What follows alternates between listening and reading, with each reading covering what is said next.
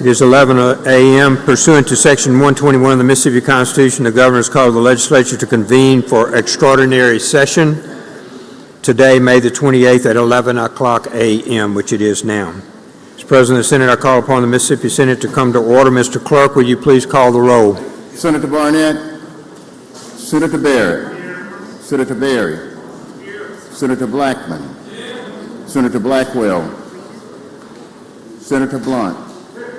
Senator Boyd. Senator Brumfield. Senator Bryan. Senator Butler. Senator Carter. Senator Chazanall. Senator Chisholm. Senator DeBar. Senator Delano. Senator England. Senator Fillingane. Senator Frazier. Senator Harkins. Senator Hickman. Senator Hill. Senator Hobson. Senator Horn. Senator Jackson. Senator Johnson. Senator Jordan. Senator Kirby. Senator Latner. Senator McCon. Senator McClendon. Senator McMahon. Senator Michelle. Senator Norwood. Senator Parker. Senator Parks. Senator Polk. Senator Rhodes. Senator Robinson. Senator Seymour. Senator Simmons of the 12th. Senator Simmons of the 13th. Senator Sparks. Senator Suber. We have a new senator today. Senator Tate. Senator Taylor. Senator Thomas. Senator Thompson. Senator Turner Ford. Senator Whaley. Senator Wiggins. Senator Williams. Senator Younger. Mr. President, a quorum is present. Thank you very much, Mr. Clerk. Will the senators and guests in the gallery please rise for the invocation to be given by my friend Bishop Jerry Wayne Dillon, friend to all of us, from Parkway Church in Madison, Mississippi. Brother Dillon. Let us pray. Gracious God, from whom all blessings flow, we give you thanks for the opportunity and the potential of this a brand new day and the power and the possibility for each of us to do what is noble, trustworthy, and true. We pause today to center ourselves on the present moment, upon our calling, upon our commitment to understand too much is given. You said much is required. So let us recognize, O Lord, our need of your Spirit to descend upon this body as they seek to govern with justice and care. Grant them wisdom and courage as they meet the challenges of our times, knowing that they're stewards of a democracy and they're servants of a people who sent them here.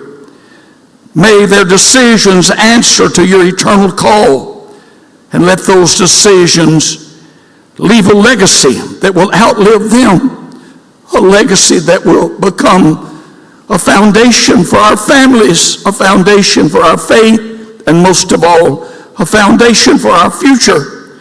Let us always remember that without you, we can do nothing. But with you, Lord, all things are possible. Prosper and bless this special session to accomplish your purpose, that it will be for the good of your people, Lord, that you're coming back after one day. Bless each and every senator, their families, their faith, their future, their children, their grandchildren, and God, send your Spirit to this body. Fill it full of your purpose and power. And if you do that, great things will be accomplished. In Jesus' name, and everybody said, Amen. Amen. Please join me in the pledge. I pledge allegiance to the flag of the United States of America and to the republic for which it stands, one nation, under God, indivisible, with liberty and justice for all. Let us show you, sir. Get one here in front of the flag. Come on. Here we go. Hey, Chris, how you doing? Yes, sir. Good break. Thank you, sir. Thank you, Brother Dillon. As usual, very on point. Senator Kirby, you're recognized. Do it here, Mr. President. Thank you, Mr. President. I'd like to call Rules Committee meeting in front of the chamber at Rules this time. Committee in front of the chamber with Senator Kirby, please. Rules Committee. Thank you. Now we will go to the reading of the proclamation from the governor. Mr. Clerk, please read the proclamation. State of Mississippi, Office of the Governor, a proclamation by the Governor. Whereas pursuant to Section 121 of the Constitution of the State of Mississippi of 1890, the Governor is vested with the power to convene by public proclamation the legislature in extraordinary session whenever in his judgment the public interest requires it. And whereas pursuant to Section 121 of the Constitution of the State of Mississippi of 1890, such public proclamation shall state the subjects and matters to be considered by the legislature when so convened, and the legislature when so convened as aforesaid shall have no power to consider any or act upon subjects or matters other than those designated in the proclamation of the governor by which the session is called. And whereas it is my judgment that the public interest requires that the legislature be convened in extraordinary session for the sole and exclusive purpose of, and for no other purpose, unless as otherwise expressly authorized herein, adopting a budget to fund the operations of state government for state fiscal year 2026. Now, therefore, I, Tate Reeves, Governor of the State of Mississippi, do hereby issue this proclamation to convene the legislature in extraordinary session and do designate Wednesday, May 28, 2025 at 11 a.m. as the time, and the state capitol in the city of Jackson, Mississippi as the place in which said extraordinary session shall be convened, and do designate as the sole and exclusive subjects or matters to be considered at said extraordinary session when so convened the following, and for no other purpose. Appropriations, Department of Archives and History for fiscal year 2026. Appropriation, Board of Registration for Professional Engineers and Land Surveyors for fiscal year 2026. Appropriations, Department of Environmental Quality for fiscal year 2026. Appropriations, Board of Registration for Foresters for fiscal year 2026. Appropriations, Forestry Commission for fiscal year 2026. Appropriations, Grand Gulf Military Monument Commission for fiscal year 2026. Appropriations, State Port Authority at Gulfport for fiscal year 2026. Appropriations, Department of Marine Resources for fiscal year 2026. Appropriations, Oil and Gas Board for fiscal year 2026. Appropriation, Pat Harrison Waterway District for fiscal year 2026. Appropriations, Pearl River Valley Water Supply District for fiscal year 2026. Appropriations, Public Service Commission for fiscal year 2026. Appropriations, Public Utility Staff for fiscal year 2026. Appropriations, Soil and Water Conservation Commission for fiscal year 2026. Appropriation, Department of Wildlife, Fisheries and Parks for fiscal year 2026. Appropriations, Yellow Creek State Inland Port Authority for fiscal year 2026. Appropriations, Department of Child Protection Services for fiscal year 2026. Appropriations, Board of Cosmetology and Barbering for fiscal year 2026. Appropriations, Department of Health for fiscal year 2026. Appropriations, Department of Human Services for fiscal year 2026. Appropriations, State Fire Academy for fiscal year 2026. Appropriations, Department of Insurance for fiscal year 2026. Appropriations, Division of Medicaid for fiscal year 2026. Appropriations, Board of Medical Licensure for fiscal year 2026. Appropriations, Board of Nursing for fiscal year 2026. Appropriations, Board of Optometry for fiscal year 2026. Appropriations, Physical Therapy Board for fiscal year 2026. Appropriations, Real Estate Commission for fiscal year 2026. Appropriations, Department of Rehabilitation Services for fiscal year 2026. Appropriation, Board of Examiners for Social Workers and Marriage and Family Therapy for fiscal year 2026. Appropriations, Athletic Commission for fiscal year 2026. Appropriations, Attorney General for fiscal year 2026. Appropriations, Office of Capital Post-Conviction Counsel for fiscal year 2026.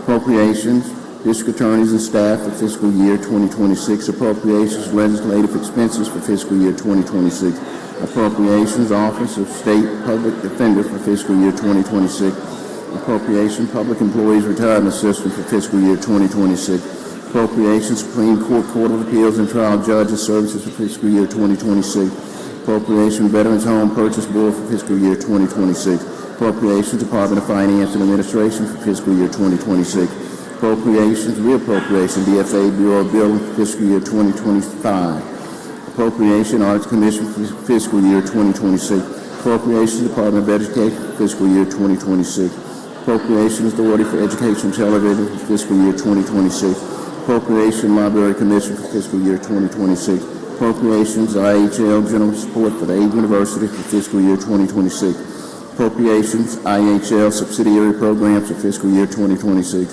appropriations, IHL Alcorn State Agricultural Programs for fiscal year 2026, appropriations, IHL Mississippi State University Agriculture and Forestry Experiment Station for fiscal year 2026, appropriations, IHL Mississippi State University Cooperative Extension Service for fiscal year 2026, appropriations, IHL Mississippi State University Forest and Wildlife Research Center for fiscal year 2026, appropriations, IHL Mississippi State University College of Veterinary Medicine for fiscal year 2026, appropriations, IHL Student Financial Aid for fiscal year 2026, appropriations, IHL University of Mississippi Medical Center for fiscal year 2026, appropriations, Community and Junior Colleges Board Administrative Expenses for fiscal year 2026, appropriations, Community and Junior Colleges Board Support for Community and Junior Colleges for fiscal year 2026, appropriations, Department of Employment Security for fiscal year 2026,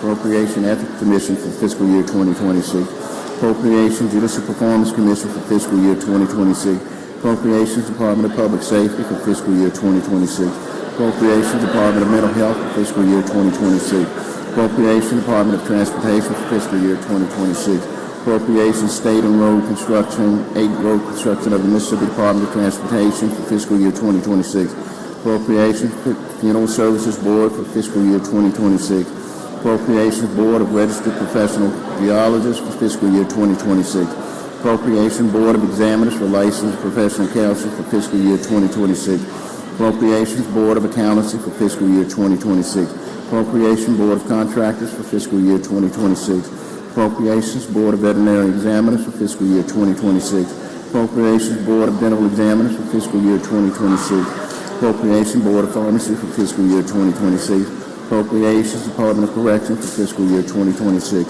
appropriation, Mississippi Emergency Management Agency for fiscal year 2026, appropriations, Department of Agriculture and Commerce for fiscal year 2026, appropriations, State Department of Agriculture and Commerce for the purpose of defraying expenses of various livestock shows and rodeos for fiscal year 2026, appropriations, Board of Animal Health for fiscal year 2026, appropriations, Gaming Commission for fiscal year 2026, appropriation, Department of Information Technology Service for fiscal year 2026, appropriation, Mississippi State Personnel Board for fiscal year 2026, appropriations, Military Department for fiscal year 2026, appropriations, Veteran Affairs Board for fiscal year 2026, appropriations, Department of Revenue for fiscal year 2026, appropriations, Secretary of State for fiscal year 2026, appropriations, Tax Appeals Board for fiscal year 2026, appropriation, Workers' Compensation Commission for fiscal year 2026, appropriation, State Treasurer's Office for fiscal year 2026,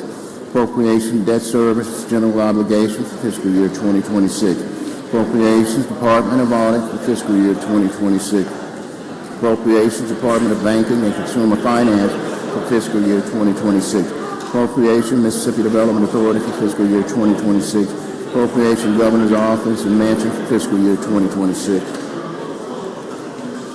An act making an appropriation and reappropriation for the Mississippi Development Authority authorizing and reauthorizing expenditure of Gulf Coast Restoration Funds previously appropriated for projects for fiscal year 2026. An act making additional appropriations of state general funds, capital expense funds, education enhancement funds, and special funds for fiscal years 2025 and 2026 to defray the expense of the Office of the Attorney General, the Department of Corrections, the Mississippi State Department of Health, the Department of Education, the Department of Child Protective Services, the Board of Examiners for Social Workers and Marriage and Family Therapists, the Department of Mental Health, the Pearl River Water Supply District, and for related purposes.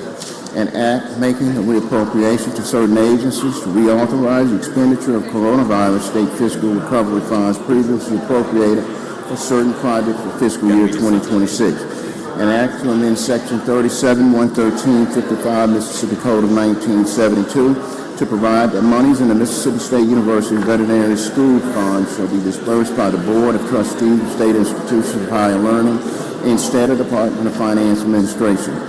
To amend Section 1 of Chapter 534 Laws of 2024 to correct the reference to the fund number for the 2022 Emergency Road and Bridge Fund, to direct the University of Mississippi Medical Clinic to transfer to the State Treasurer from the authorized bank account a certain sum for the Office of Mississippi Physician Workforce for deposit to the credit of the State Department of Health for the Physician Workforce Program, to create the Mississippi Veterans Home Improvement Fund in the State Treasury and direct the State Treasurer to transfer a certain fund from the MSVA Board CF to the fund, create the United States Fire Insurance Company Settlement Fund in the State Treasury and direct the State Treasurer to transfer a certain sum from the Attorney General Contingent Fund to the Settlement Fund, to direct the State Treasurer to transfer a certain sum from the Capital Expense Fund, DFA, to the 2022 IHL Capital Improvements Fund, to authorize those funds to be used to pay the cost for the repair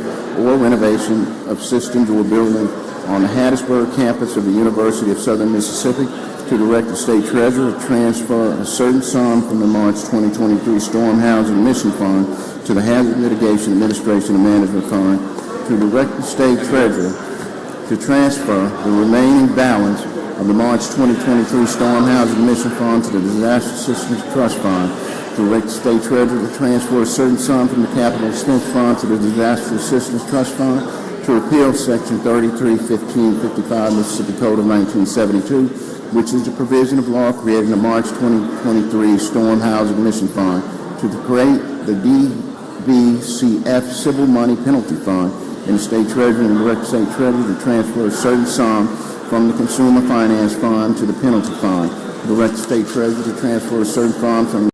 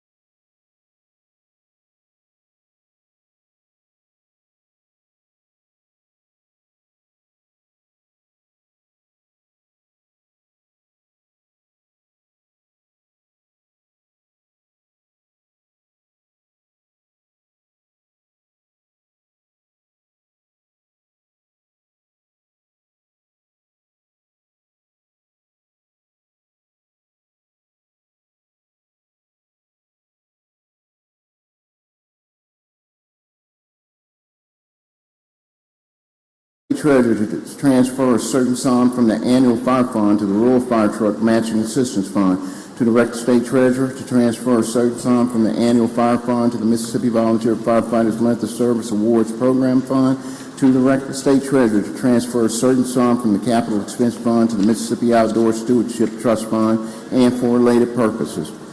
An act to amend Section 7391 Mississippi Code of 1972 to transfer the administration of the Secretary of State Land Improvement Fund to the Department of Finance and Administration and rename the fund as the Land Improvement Fund. To direct the State Treasurer to transfer a certain sum from the Capital Expense Fund to the Land Improvement Fund to revise the purpose of the fund to create the Lift at the Mississippi Children's Mississippi Fund in the State Treasury, and direct the State Treasurer to transfer funds from the Capital Expense Fund to the fund and for related purposes. An act to amend Section 43 of Chapter 95 Laws of 2024 to revise the fiscal year 2025 appropriations to the State Department of Education to provide that a certain sum may be used for the continuation of the current school safety platform and for related purposes. An act to amend Section 2999 Mississippi Code of 1972 to provide that certain purchases of obsolete personal property sold by the legislature are not violations of the ethics law and for related purpose. An act to amend Section 25315 Mississippi Code of 1972 to change the number of authorized legal assistants, to amend Section 25310 Mississippi Code of 1972 to change the number of authorized criminal investigators and for related purposes. Further, pursuant to Section 121 of the Constitution of the State of Mississippi of 1890, I may in my sole discretion submit in writing other matters for consideration by the legislature during this extraordinary session. In witness whereof, I have hereunto set my hand and caused a great seal of the State of Mississippi to be affixed, done in the city of Jackson on the 27th day of May in the year of our Lord 2025, and of the independence of the United States of America, the 249th. Tate Reeves, Governor. Thank you, Mr. Clerk. Introduction of guests, we'll move quickly. Introduction of guests, Senator Carter. For what purpose? Introduction. Please proceed. Thank you, Mr. President. Today, I have my youngest, Sophia, with me today. She just graduated third grade with a master's in psychology, so I know all of y'all probably need talking to. She's offering her services for free. If y'all would, please make her welcome.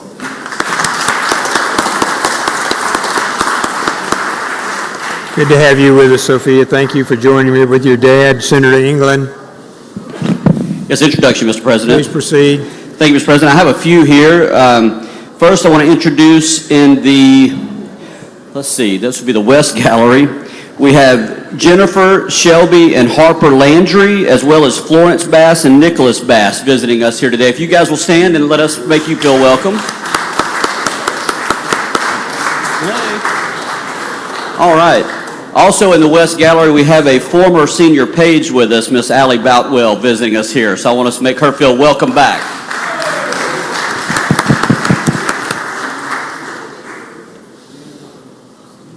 Senator McMahon, for what purpose? I rise for an introduction. Please proceed. In the South Gallery, I'd like to ask Victoria Fox to stand, dear family friend, and give her a big Senate welcome.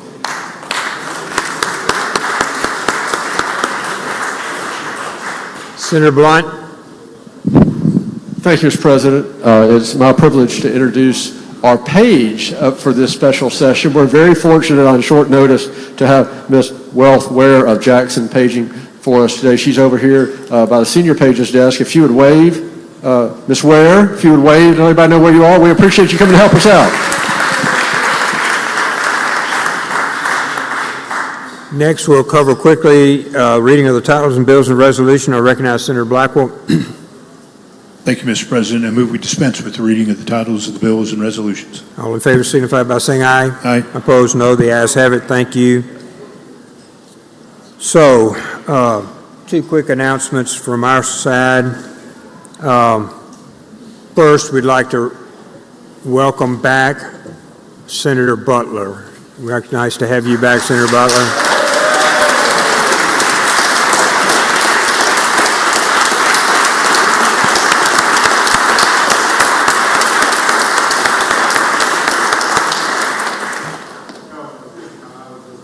One second, Senator Butler, you're recognized. Thank you, sir. I would like to take time to just thank each of you for your prayers, your support, and your cards and the calls and things of this nature. The words and the things that you've said have given me the strength. And Dr. Park, when we came over and we had the prayer, it made a difference. And I can say that the University of Mississippi Hospital is one of the best ones around with everything. We're here and we are doing a little therapy, but everything's going to be all right. And I would just like to thank all of you for your prayers and support. Thank you very much.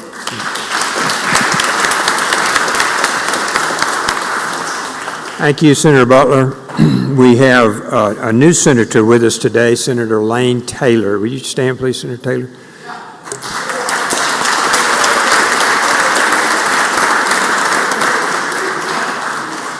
Senator Taylor won without a runoff. I have, because today is a special session, I've excused him from singing his alma mater.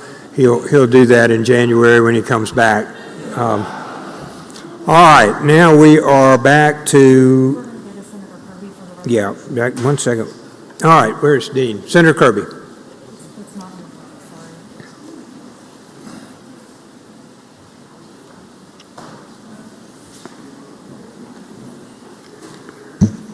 Thank you, Mr. President. I'd like to suspend the rules and call up SR 1 and ask the title be read. Mr. Clerk, please read the title.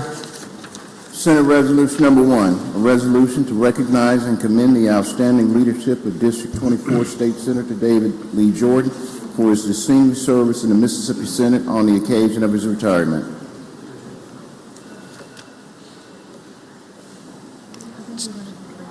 Resolution. Senator Kirby. Whereas Read the full resolution, Mr. President. Whereas District 24 State Senator David Lee Jordan has announced that he will be retiring from the Mississippi State Senate, and whereas since 1993, David Jordan has served as a Democratic member of the Mississippi State Senate representing District 23, which covers LaFleur, Panola, and Tallahatchie counties.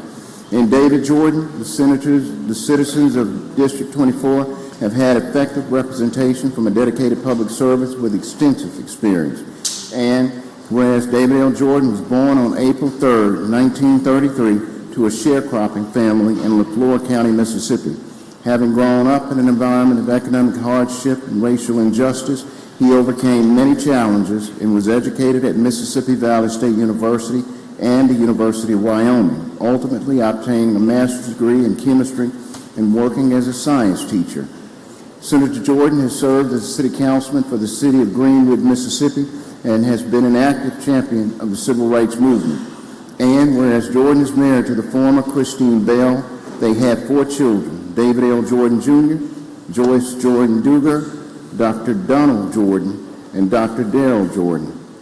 And whereas, as a perennial Senate leader, Senator Jordan chaired the Senate Drug Policy Committee and was assigned to various other committees throughout his tenure.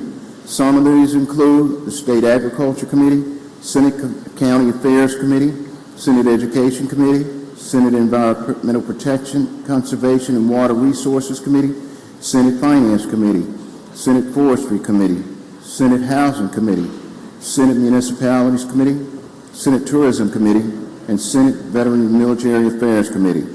And whereas Senator Jordan's accomplishments included the implementation of character education in most school districts of the state, enacting the Mississippi Blues Bill to promote blues music for economic development, and passing a retirement package that benefited teachers.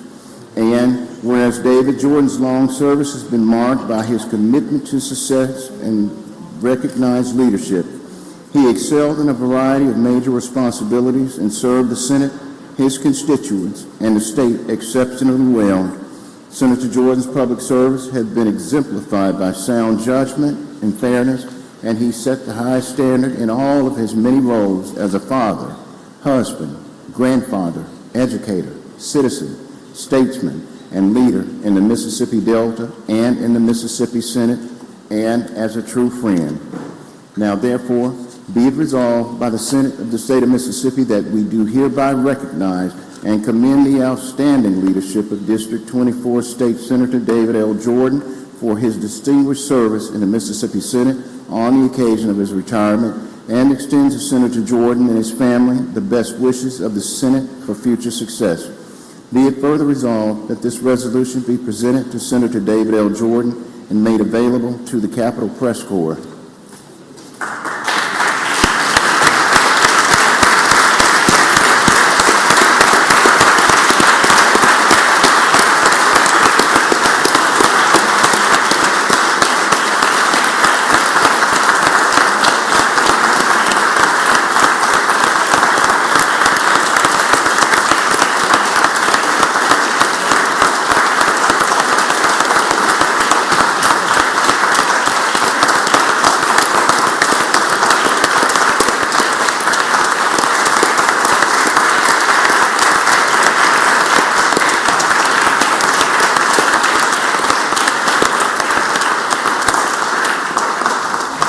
Senator Kirby, Make your usual motion, Mr. President. all in favor signify by saying aye.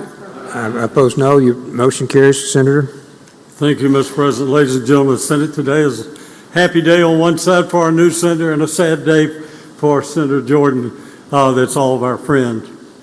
You know, Senator Jordan came 1 year after I did. That tells you how long he's been here a long time, and he's accomplished quite a bit, as it says in the resolution. Now, Senator Jordan, Senator Simmons, I think, wants to say a few words before we ask you if you would say a few words. But let me tell you what we're doing as we speak.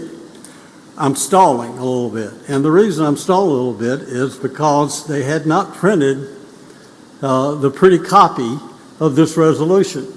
So the longer I talk, it gives them more time to print that resolution so we can present it by the time that you finish. So if, Mr. President, I'm trying to think if we should, I think we should pass the bill. Maybe we should let the speakers before I ask for final passage. That'd be fine. Senator Simmons, you're recognized to Senator address the Senate.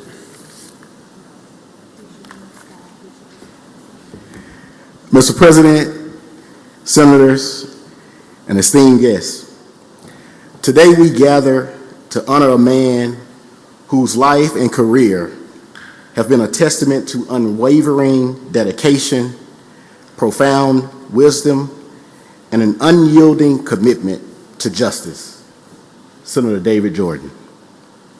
Senator Jordan's journey from the cotton fields of Lafleur County to the chambers of the esteemed Mississippi Senate is not just a personal triumph, but a reflection of the progress and resilience of our great state.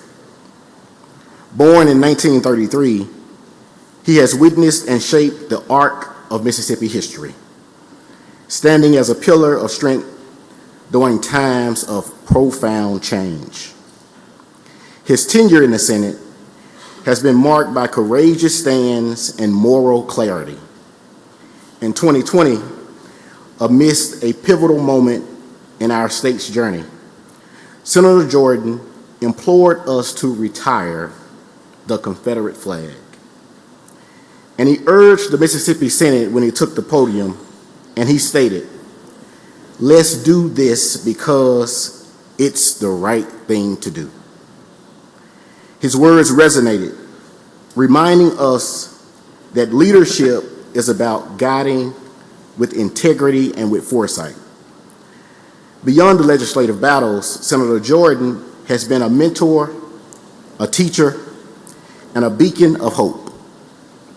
His advocacy for education, civil rights, and community development has left an indelible mark on countless lives.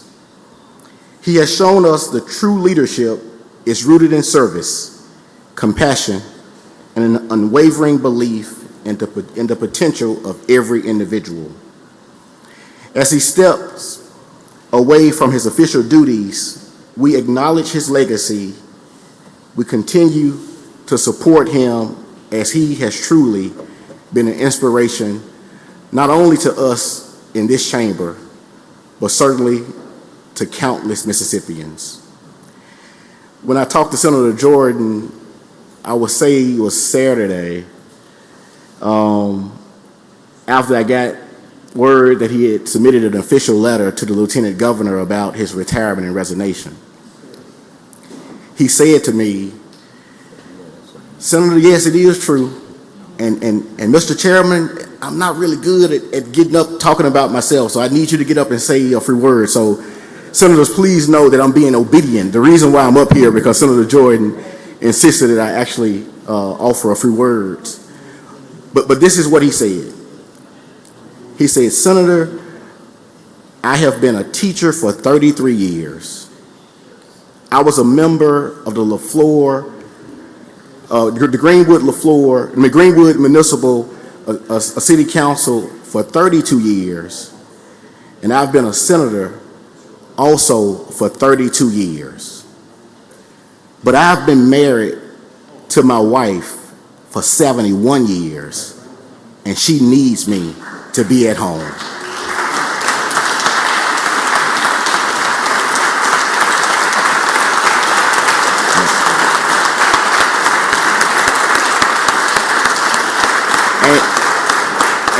And with that, I turn it back over to Mr. President, but certainly, Senator Jordan, we love you, and you will be missed in this chamber.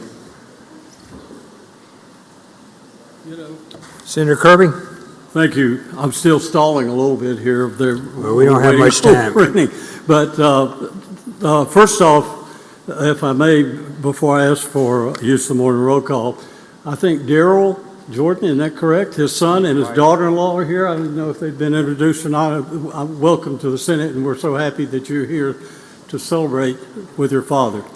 Mr. President, if there are no questions, I would ask for, and before asking Senator Jordan to speak, I would ask for use of morning roll call for final passage. Does anyone object to the procedure? Of course, voting no. Seeing none, please note unanimous. Senator Kirby? Thank you, Mr. President. I yield to Senator Jordan. Senator Jordan, you're recognized to address the Mississippi Senate. Thank you very much. I hate to leave, but my wife of 71 years, born on the same day. We've been married 71 years, and she needs me home. She has some problems, and I need to be there with her. So I'm leaving, but when I came, Mr. Brunfield, who was the county administrator, gave me this 33 years ago and said, Senator, whenever one person get up here out of focus, put these blinders on him so he can be focused directly. I've used these in the old time, but I haven't tried them in the last 10 years.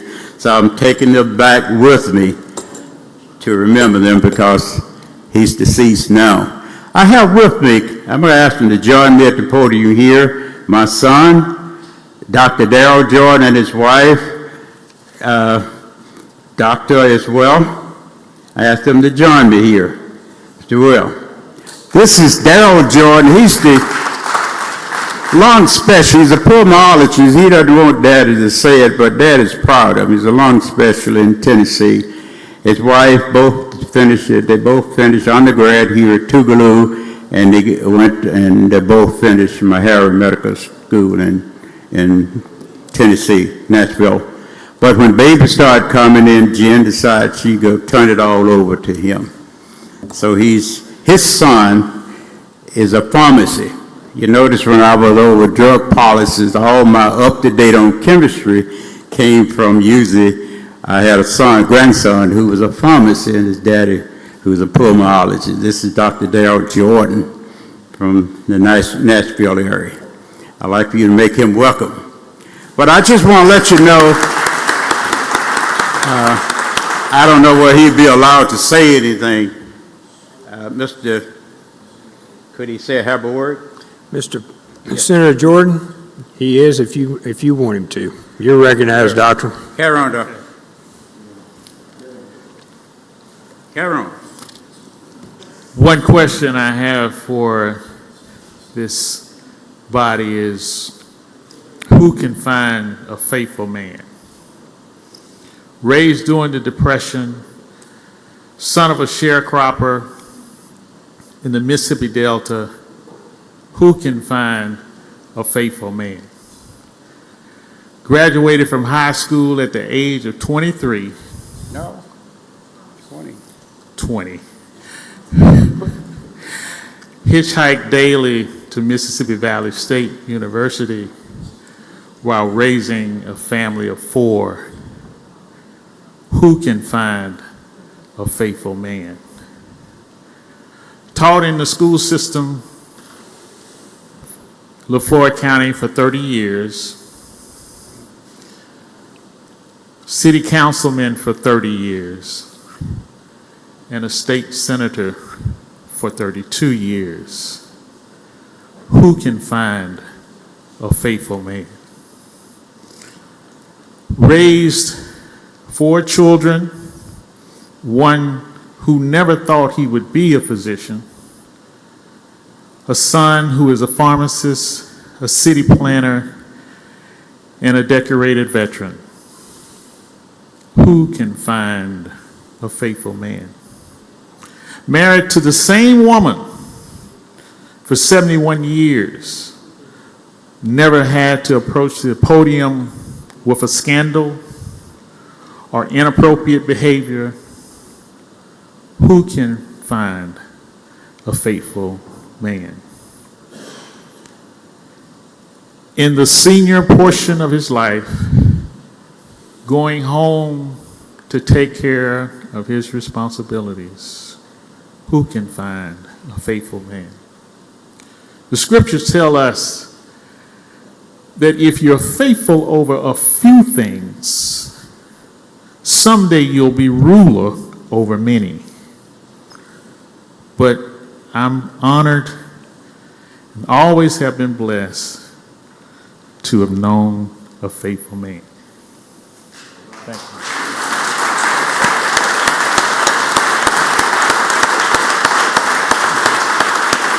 Thank you. Thank you so much. In my memoir, I'm writing on another book, The Potholes of Life. Hopefully that I'll live long enough to finish it. But it's about the generation that is destroying itself now because I love people. You read my book, I've been knocked around and kicked around, but I love all people. A lot of people may not like David Jordan. I've been to court. I've sued everybody I had to, trying to get justice. But that's just the way the cookie crumbles. I can't tell you how much I'm going to miss you and how much I love you and how much I respect you.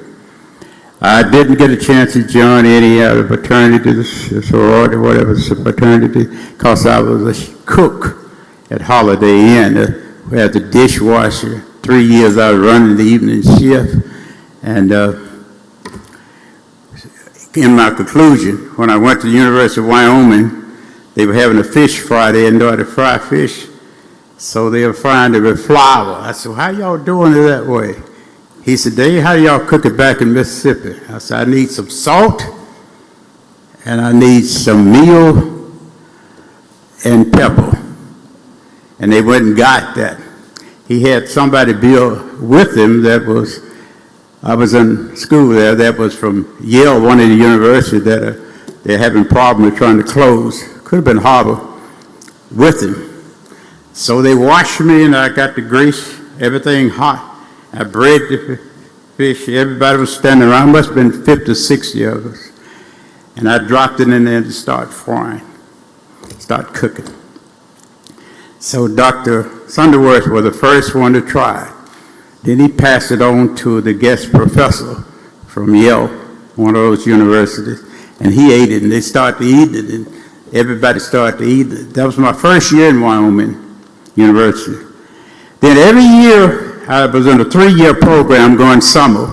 Every year, the first thing doctor would ask me in his letter in January, Dave, are you going to cook the fish? So I got credit for learning them how to fry catfish. Not catfish, they had some kind of other kind of fish, but how to fry fish, Mississippi style. I can't tell you how much I love you and respect you and going to miss you. I guess I'll be here through the special session if I'm allowed to by law. But I'm going home to be with a woman who was a nurse, who loved me, who finished high school 2 years before me, and became a nurse and then a science teacher. Their years in Greenwood were 9 months on the plantation sharecropping. You couldn't go to school until all the cotton on the plantation was picked. So usually I would start school the 1st of December, and April 15th we'll be planting cotton. That's how I got behind. Then I walked 4 miles every day, starting at 5:30 in the morning, and walked to Greenwood Public School. And that first year, we made 40 bales of cotton sharecropping. I didn't get there until December the 1st. And the teacher had me on the road. She said, "Where you been?" A classroom of city students. I said, "Picking cotton, picking cotton." And the whole class started laughing at me. But I didn't stop there. Just kept on pushing. And here I am, 92 years old. Serve all kind of people. Been slapped in the face by Caucasian once. All of that is in the book. My memoir from the cotton field to states and slapped me around because he just didn't like people like me. So, but through it all, I've been for the people, black, white, didn't matter. First governor to come to the Voters League organization, I've been president for 60 years, with Governor Bill Waller. Was the first governor to come. I'm going to miss you, but I love you and will always respect you. And Mr. President, and all of you, Dean, and also all of us, I know this has been the best group that I've ever been with, counting high school and college. I've loved this Mississippi State Senate, and I've worked for Governor Fordyce, and I had some times, and Governor, we had some problems, but we worked them out, okay? So if I'm allowed to stay through the session, I think my ends on the 30th of June, I believe, this fiscal year, start July 1. I'll be here with you a little while longer. Thank you, and may God bless you, and I love you. Thank you.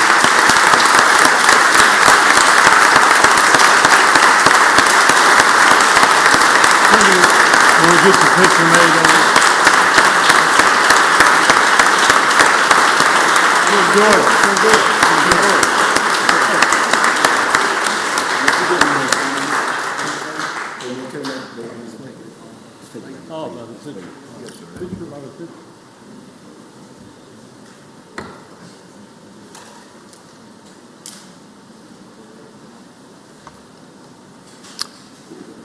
Senator Hobson, would you come to the podium, please?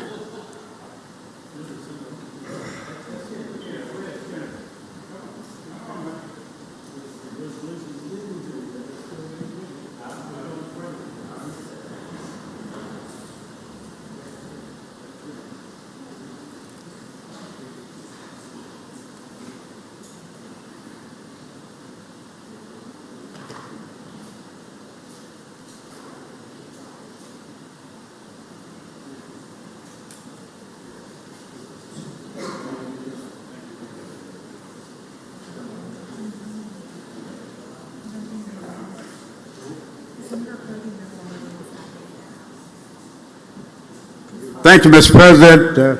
Thank you, Senator. Governor, it's just been great that you allowed me this time, and I want to let all of you know I love you and respect you. We'll be visiting you periodically. Thank you, Senator Jordan. Thank you very much. A life well lived, and the state's better for your being here and a part of this body. Okay, Senator Hobson. Thank you, Mr. President. I'd like to call an Appropriations Committee meeting in room 216, 5 minutes after recess. 5 minutes after recess. Y'all hustle down there. We want to finish today. Senator Blackwell. Thank you, Mr. President. I move we stand in recess subject to call. All in favor signify by saying aye. Aye. Opposed, no. The ayes have it. Please hustle.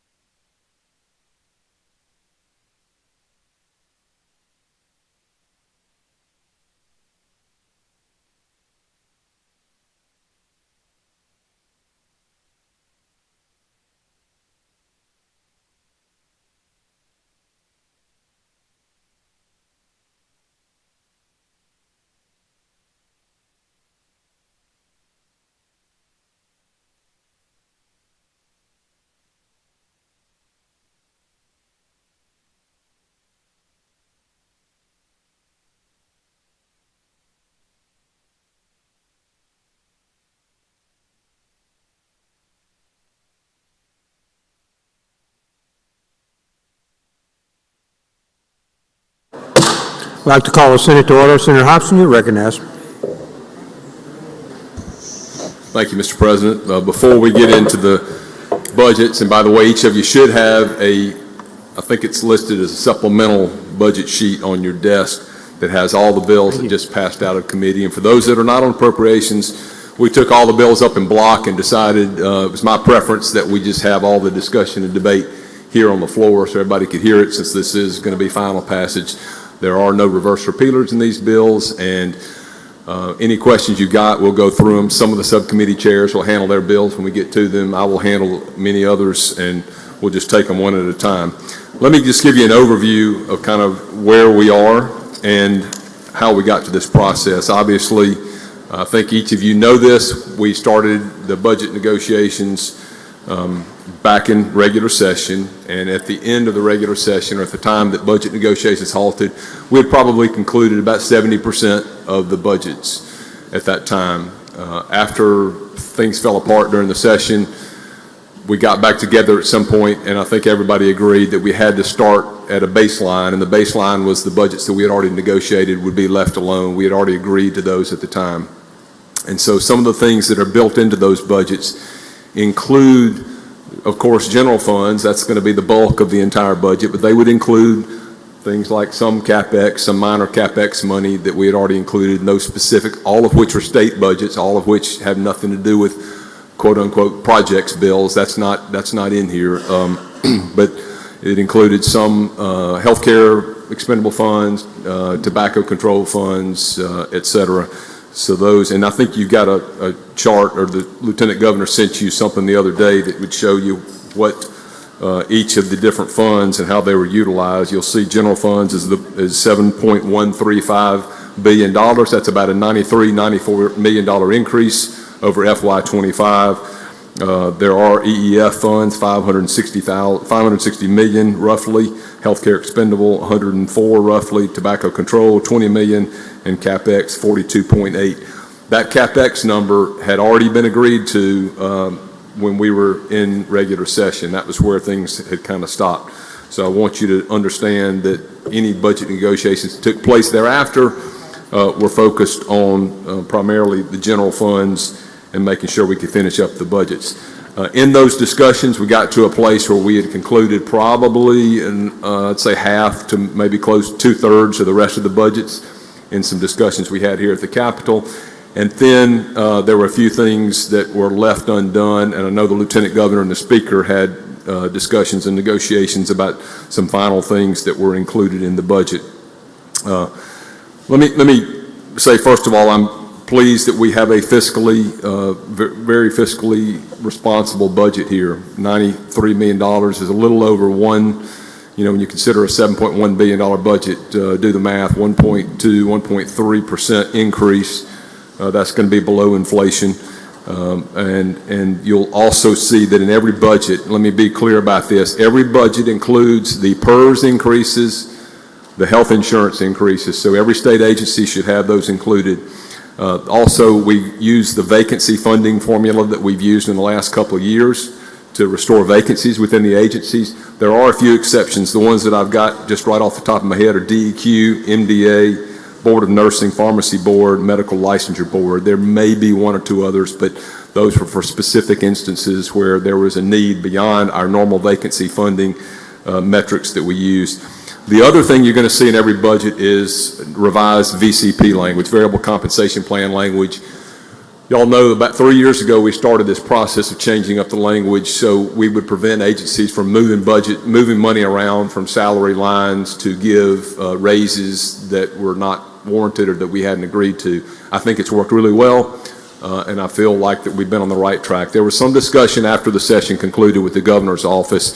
His concern that he had expressed before was that we didn't have salary lines, specific salary lines in the budgets themselves. Of course, that's the same way we've been doing it for a long time, but the elbow staff got with the governor's staff and worked on new VCP language and salary language, so each of the budgets is going to have the specific salary language. I don't know how that's going to affect the agencies, actually. I mean, there could be, certainly is going to be very clear about what their salary number is, which is a little different than what we had done.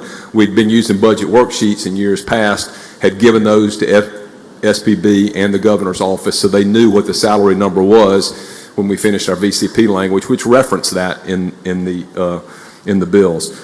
But this language now has that salary line, it's got the vacancy funding, and it outlines the positions that will be created and the number and the head count again, or PINs as we often refer to it, that's in each of the budgets. One of the things I think is important in this budget is we certainly were very keen on what's going on at the federal level. Y'all know that there have been some cuts. Some of those are going to affect Mississippi's budget. We've seen agencies that are going to be going to have some difficulties piecing some things together. There are some areas where we went to bat to help shore up some of the agencies in negotiations.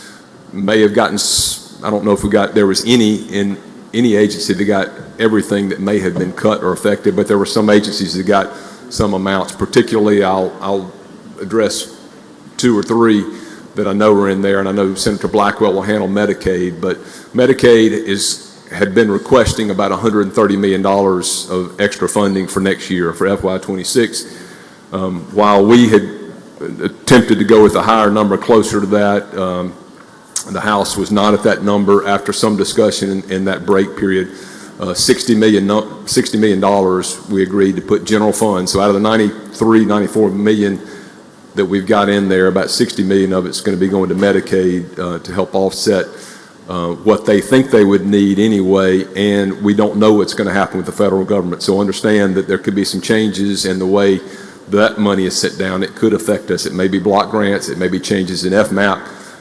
It certainly could have an effect on our state budget. So I say that as a warning. When we walk in here at the beginning of next year, there is the possibility that you'll be looking at something in Medicaid. Who knows? We'll see. One area that we shored up to was child care. There were cuts in child care expenses that have been coming from the feds. We restored some of that money. May not be everything that they wanted or that all of us wanted to get in there, but we felt like something is $15 million, and something is hopefully going to be better than nothing there. And we think that's been a reason that we've done really well on our increasing workforce participation and our unemployment rates, is making sure we've got good child care accessibility and affordability as much as possible. But a lot of that, again, was federal money, and I don't think there was enough to supplant all the losses that occurred there. There could be other things. I know there have been discussions about some education and some other areas too, but I don't think there was any way for the state to pick up the full tab for all the potential cuts and some of the cuts that have already come due to federal changes. I know they've affected my community personally, probably have affected your communities, and that's just stuff that we deal with. But I think the good thing about this budget is I don't think we're going to be in a situation next year where, if there are significant changes to revenue in the state of Mississippi, we're going to be out ahead of our skis. I think we'll be in a place where we can adjust pretty quickly. And another thing about this budget I have to note, because it's been a topic of great discussion, is the CapEx money. Not much of that is being spent. So for those that understand that process, that's one-time money. And while there are a lot of things that I would have liked to have seen been done, I think many of you would have liked to have seen done in certain areas of state government that we really, really wanted to help shore up and fix, rehabilitate, repair, plan for the future. Some of that was not able to get done, but those dollars should be sitting in the bank for next year, so we can come back and hopefully get focused on some of those one-time projects that we need to get done. I would say, look, frankly, as we've put a lot of money into one-time projects over the last few years, and one thing that I have heard is we filled up the pipeline, and some people are having a hard time catching up. There are a lot of dollars that haven't even been spent yet. Now, if it's your agency or your part of the state that has a project and you have spent the dollars, I get it, understand, but there are a lot of places that still haven't spent the money that we've sent out through CapEx expenditures, ARPA expenditures, other, I think maybe all the BCS funds have probably cycled through, but we've got some that are going to revert to MDOT because they weren't able to get spent and obligated in time. So that's an overview, Mr. President. If you would like, I'll entertain questions at this time, just generally on the budget, and then we can get to each specific budget one by one. Any questions on the budget generally? Senator Norwood, for what purpose, sir? Question, Mr. President. You yield, Senator Hobson? I yield. Senator, you're recognized.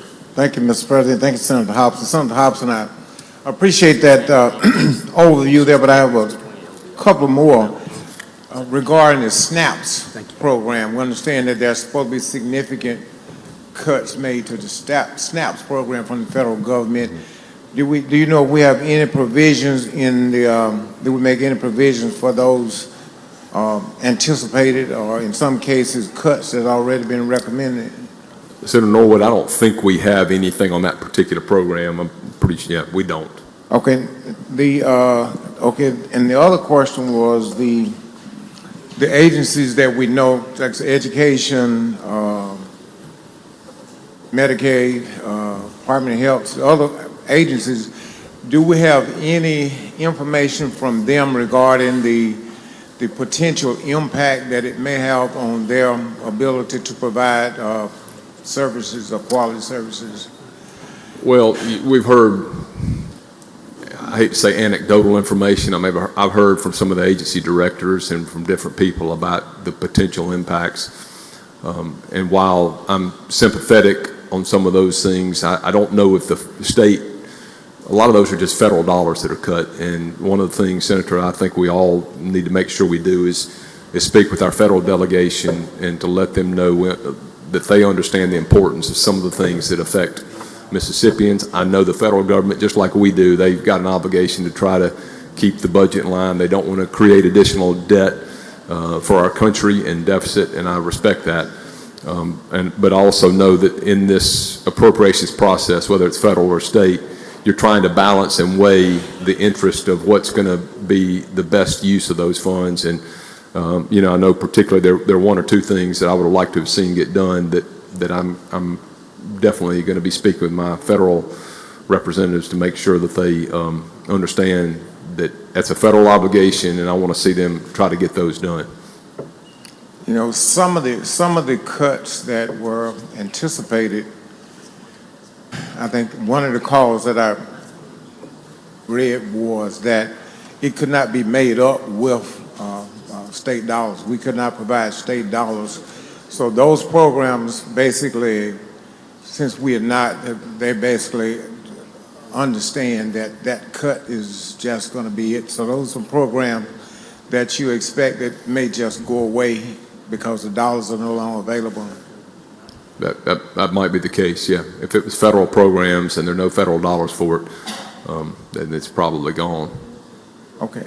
I know we had one in my community where, you know, loss of several jobs were lost and employment due to federal cuts, and you know, although, you know, it's just the state can't shore up, and the federal government has a lot more money than our state does, but the state can't shore up all those losses that may occur due to federal cuts. That's just something that you have to rely on the federal government to make their decisions on what they're going to do.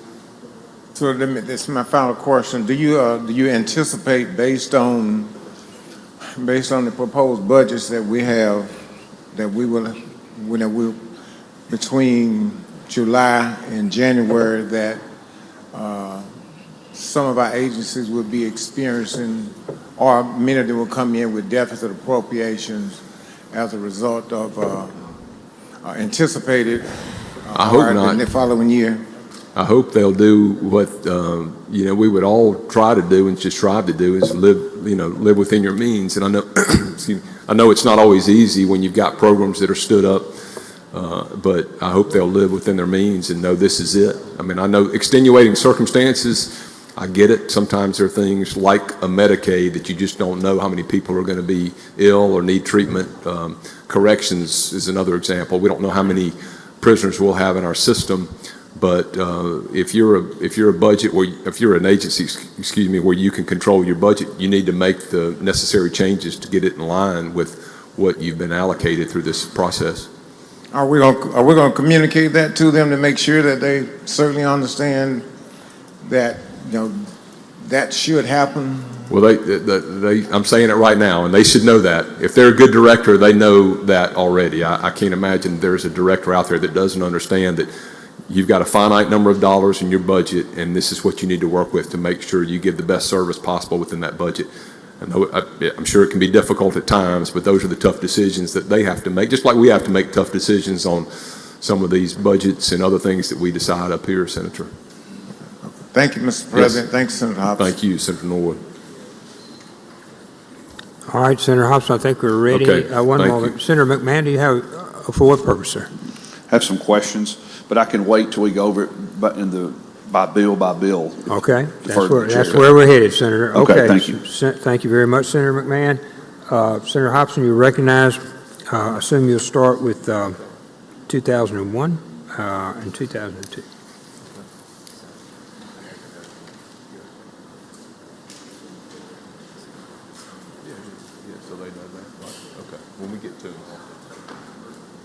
Thank you, Mr. President. My motion first is going to be to suspend the rules for immediate consideration of item 1 on today's Senate supplemental calendar. All in favor signify by saying aye. Aye. Opposed, no. The ayes have it. Senator Hobson, you're recognized for Now, 2001. I ask that the title of the bill be read. Clerk, please read the title. Senate Bill 2001 Appropriation IHL General Support. I make the usual motion. Usual motion. All in favor signify by saying aye. Opposed, no. The ayes have it. Please proceed, Senator Hobson. Thank you. I'd ask that you recognize Senator Parks to explain the Senator bill. Parks, you're recognized to explain the bill.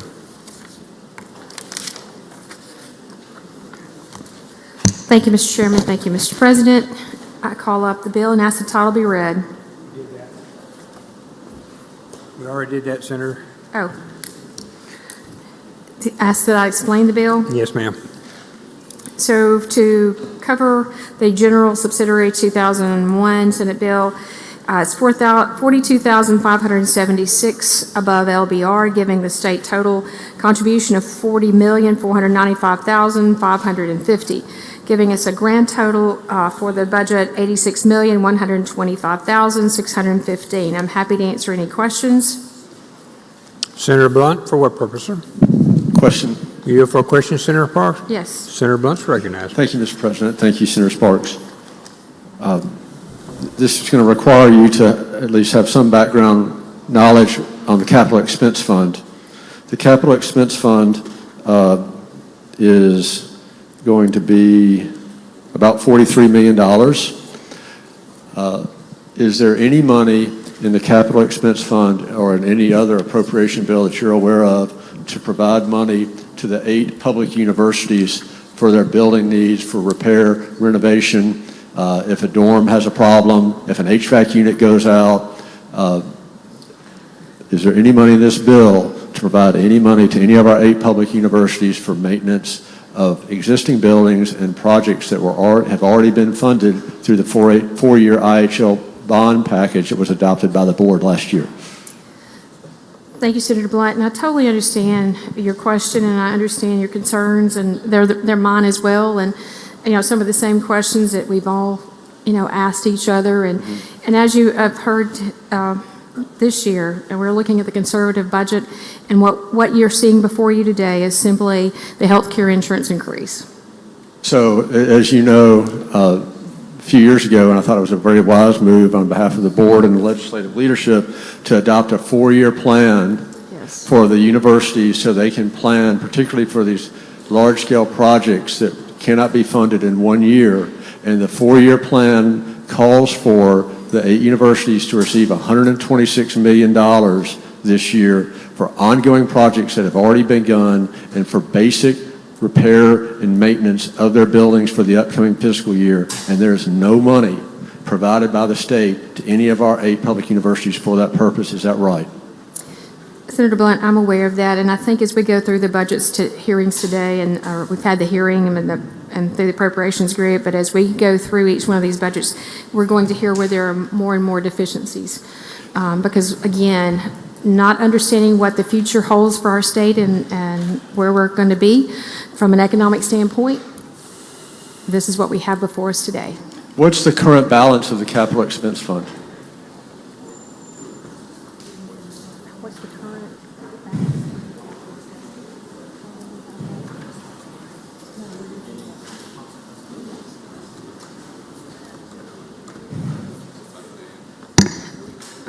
About $1 billion. About $1 billion? Mm-hmm. So we have $1 billion in the capital expense fund. We have a 4-year plan adopted by the College Board to provide $126 million in the upcoming fiscal year, which is a little bit more than 10% of that money for projects that we've already committed to and for buildings that we own and are responsible for taking care of. And we're going to tell the universities you get no money for that. And if anything happens to your HVAC unit or an elevator in a dorm or anything else, that's just got to come out of the appropriation that you receive through this general appropriation in this bill.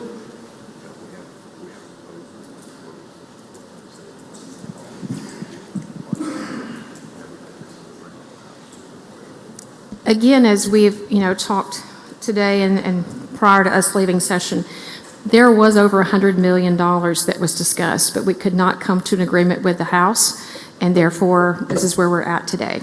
So if you're the facilities manager for a public university and you have an elevator go out or you have a roof go out and it needs to be repaired, how are you going to fund that immediate repair? It will have to be used out of the general fund, their general fund budget. Thank you. Any other questions? If none, I'd ask for passage on the morning roll call. Any other questions? Seeing none, passes by use of the morning roll call. Anyone object? Court is voting no. Simmons, D, no. Norwood, no. Turner Ford, no. Butler, no. Jackson, no. Thomas, no. Frazier, no. Brumfield, no. Jordan, no. Anyone else? Anyone else? Seeing Hickman, present. Anyone else? Anyone else? Seeing none, the bill passes and noes noted. Senator Hobson. I'll go to item 2, have the title read. Oh, I'm sorry, move to suspend the rules for immediate consideration of item 2. All in favor signify by saying aye. Aye. Opposed, no. The ayes have it. Please Ask proceed. that the title be read. Mr. Clerk, please read the title. Senate Bill 2002 Appropriation IHL Subsidiary Programs. Make the usual motion. Usual motion. All in favor signify by saying aye. Aye. Opposed, no. The ayes have it. Senator Hobson. I ask you to recognize Senator Parks to explain the bill. Senator Parks, you're recognized. Thank you, Chairman. Mr. Chairman, thank you, Mr. President. As we look at the General Fund Support Consolidation Bill, we look at their $608,832 above LBR, giving a total of $451,882,528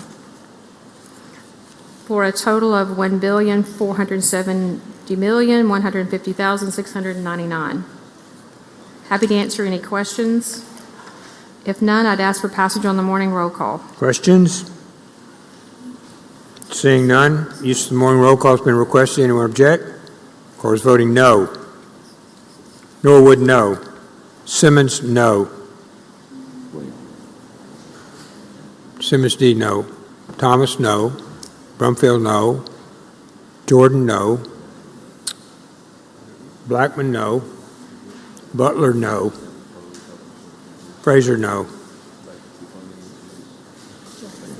Jackson, no. Anyone else on no? Present? Hickman, present. Anyone else? Anyone else? Bill passes by use of the morning roll call. Noes and presents noted. Senator Hobson.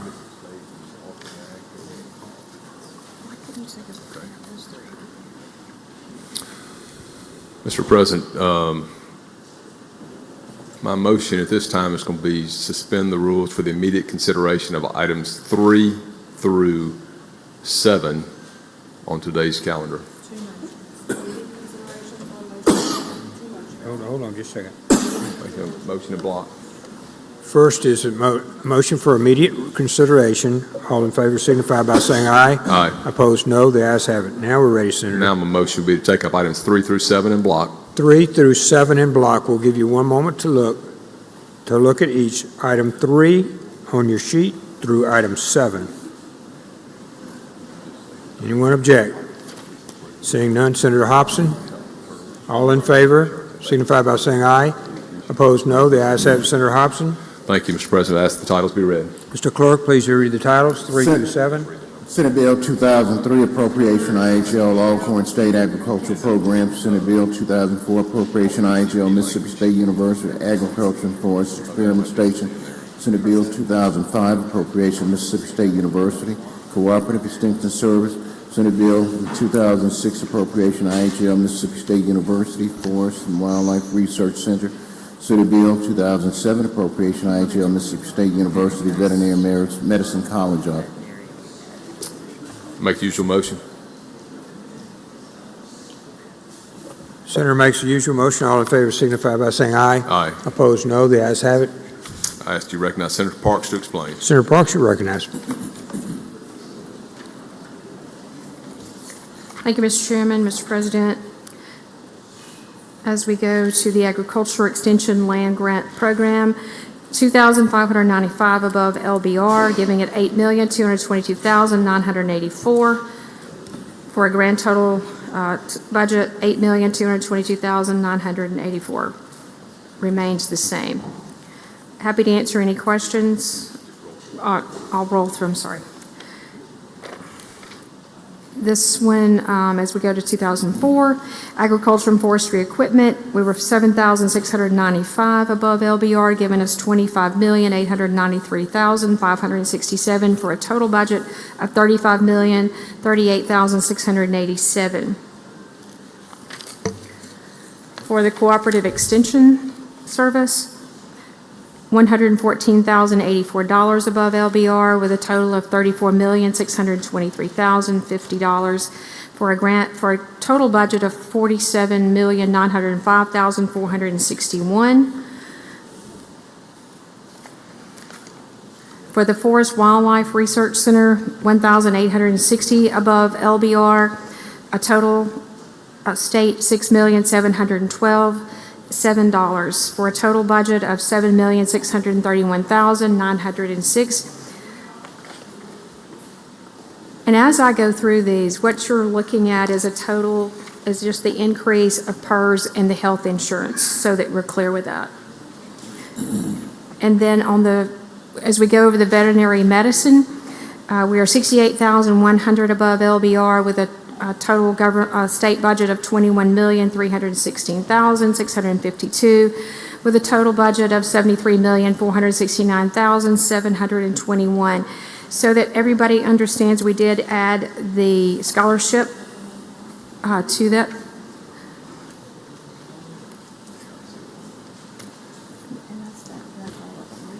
That's all that we took up in block. That's the end of the ones that we just took up in block. I'm happy to answer any questions.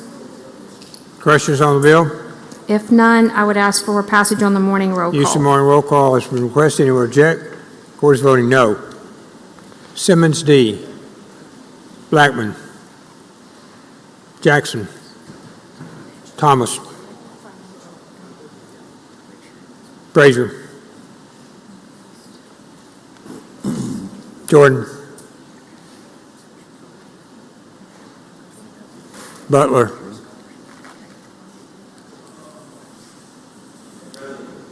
Present. Brumfield. Present. Hickman. Anyone else? Bills passed by use of the morning roll call. Presence and no votes noted. Item 8. Move that we One moment, please. Senator Delano, for what purpose, sir? Introduction out of order. Please proceed, Senator. Ladies and gentlemen of the Senate, in the North Gallery, we have a gentleman joining us today. My new mayor for the city of Ocean Springs, Mr. Bobby Cox. I want to welcome you to your capital. Look forward to working with you in the future.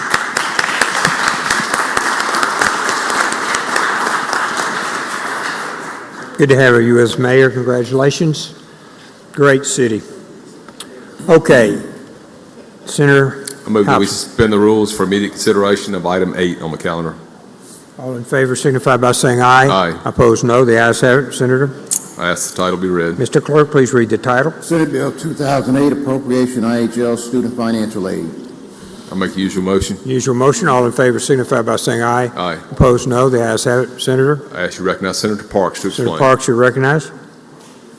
The student financial aid, we are let me break this down for us. So we had an increase in reappropriation of the general fund FY24 to FY25. We had a $1,059,353 increase in estimated loan collections, $20,000 increase in subsidiaries, additional an optometry scholarship was added, and then $294 for the healthcare insurance premium, giving a total of $50,255,243. Total budget, $58,239,080. Questions on the bill? Questions? Senator Blunt, for what purpose? Question, Mr. President. Beautiful question, Senator Parks. Yes. Senator Blunt's recognized. Thank you, Mr. President. Thank you, Senator Parks. I may have misheard you, Senator Parks, but I'm looking at one of the sheets that has been provided to us that shows that this appropriation represents an 8% cut from the legislative budget recommendation and a 12% cut from the money that was appropriated last year.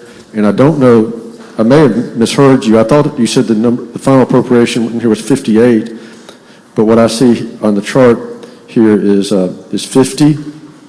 Is this an 8% cut from the recommended financial aid amount that was recommended by the Joint Legislative Budget Committee? And this was a cut that was recommended by them because it was money that was not used. Okay, so it was recommended by whom? And they will be spending the funds next year. I'm sorry, I couldn't hear you. Okay, so this was recommended that we present it this way and move those dollars because they do believe they will be spending them next year.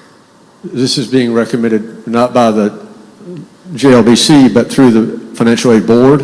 Yes. Okay, so the reduction is at the request of the Financial Aid Board? Yes. Based on their anticipated need for the upcoming year? Yes. Is college cheaper or fewer people going to college? Why do they recommend an 8% cut? They had money left over. Oh, money left over from last year? Yes. Okay, all right. Thank you very much, Senator Parks. Senator Norwood, for what purpose? Thank you, Mr. President. A question. You for a question, Senator Yes, Parks? Senator Norwood, you're recognized. All right, thank you, Senator Parks. Senator Parks, in terms of the number of scholarships available, would there be a decrease in that? It would not? I don't believe that it'll be a decrease. They're choosing, and this is the board choosing. And it's based on their knowledge of what they're expecting next year versus this year. So that is what they have asked for us to do. So we're not cutting any. And because you have to understand too, they had money left over from the previous year. Okay. Yeah, so we're not cutting anything. Okay. Thank you. Thank you, Senator. Any other questions? Seeing none, Senator Parks, you recognized. Ask for passage on the morning roll call. Use of morning roll call has been requested. Anyone object? Mr. Carter's voting no. Simmons, Blackman, Turner Ford, Jordan, Thomas, Jackson, Butler, Brumfield, Frazier, Present, Norwood, Hickman. Anyone else? Anyone else? Seeing none, the bill passed by use of morning roll call. Noted objections. Voting no and present. Senator Hobson. I move that we suspend the rules for immediate consideration of item 9 on today's All calendar. in favor signify by saying aye. Aye. Opposed, no. The ayes have it. Please proceed. Ask the title be read. Mr. Clerk, please read the title. Senate Bill 2009 Appropriation IHL University of Mississippi Medical Center. Make the usual motion. Usual motion. All in favor signify by saying aye. Aye. Opposed, no. The ayes have it. Please proceed. Senator Hobson. Do you recognize Senator Parks to explain? Senator Parks, you're recognized. Thank you, Mr. Chairman, Mr. President. University of Medical School, our consolidated budget, we did a restoration of vacancy funding of $4,550,548. And then, of course, the healthcare insurance giving us a total of $57,230 above LBR for $198,994,713 for a total budget of $1,918,243,621. I'm happy to answer any questions. If none, I'd ask for passage on the morning roll call. Seeing none, use of morning roll call has been requested. Anyone object? Court is voting no.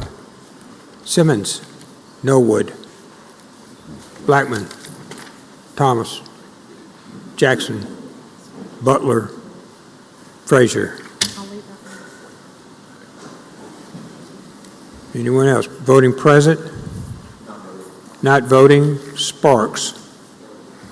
Present? Hickman. Present? Brumfield. Present? Jordan. Present? Simmons. S. Seeing no other, bill passes by use of morning roll call. Presence and noes noted. Item 10, Senator Hobson. I ask we suspend the rules for immediate consideration of item 10 on All in favor today's signify calendar. by saying aye. Aye. Opposed, no. The ayes have it, Senator. Ask the title be read. Mr. Clerk, please read the title. Senate Bill 2010 Appropriation Community and Junior Colleges Board Administrative Expenses. Make the usual motion. Usual motion. All in favor signify by saying aye. Aye. Opposed, no. The ayes have it. Please proceed, Senator. Thank you, Mr. President. Community and Junior Colleges Board Bill, total action is $69,275,644. General fund portion of that, $6,125,844. Does include an additional $450,000 for high school equivalency testing and a $30 million reduction of special funds only, which we moved wet funds over to accelerate. So it's just a wash. We moved it from one to the other. I'll yield for questions if there are any. Senator Blunt, for what purpose? Question, Mr. You President. yield for questions, I yield. Senator? Senator Blunt's recognized. Thank you, Mr. President. Thank you, Mr. Chairman. Same question as the IHL budget. Is there any money being provided from the Capital Expense Fund, $1 billion, to our community colleges to maintain their buildings or handle routine maintenance and R&R? No additional CapEx money. I think Senator Parks answered this. I mean, we had proposed in the Senate to spend a significant amount on the universities and community colleges, but never able to get agreement with the House on that. And so there is no additional CapEx money for that. And they'll have to utilize the existing budgets for it. Thank you. Thank you, Senator Blunt. Thank you, Senator Blunt. Seeing no other questions, My Senator? motion is passed by use of morning roll Use of call. morning roll call has been requested. Anyone object? Court is voting no. Simmons, Norwood, Jordan, Blackman, Thomas, Turner Ford, Butler, Jackson. Present, Brumfield. Present, Hickman. Present, Hill.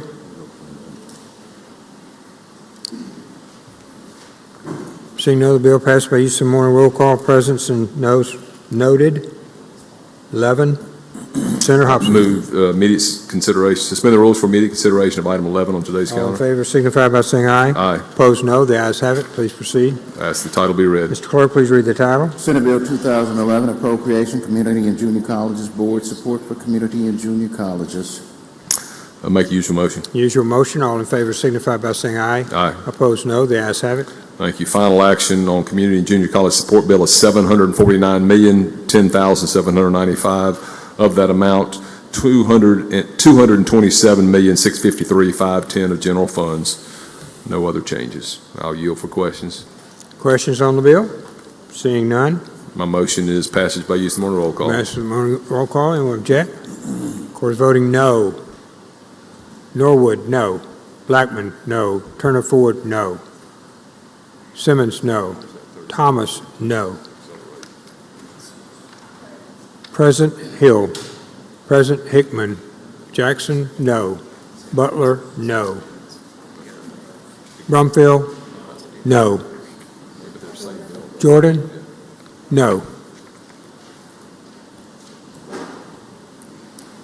Anyone else? Bill passed by use of morning roll call. Noes and presence noted. Number 12, Senator.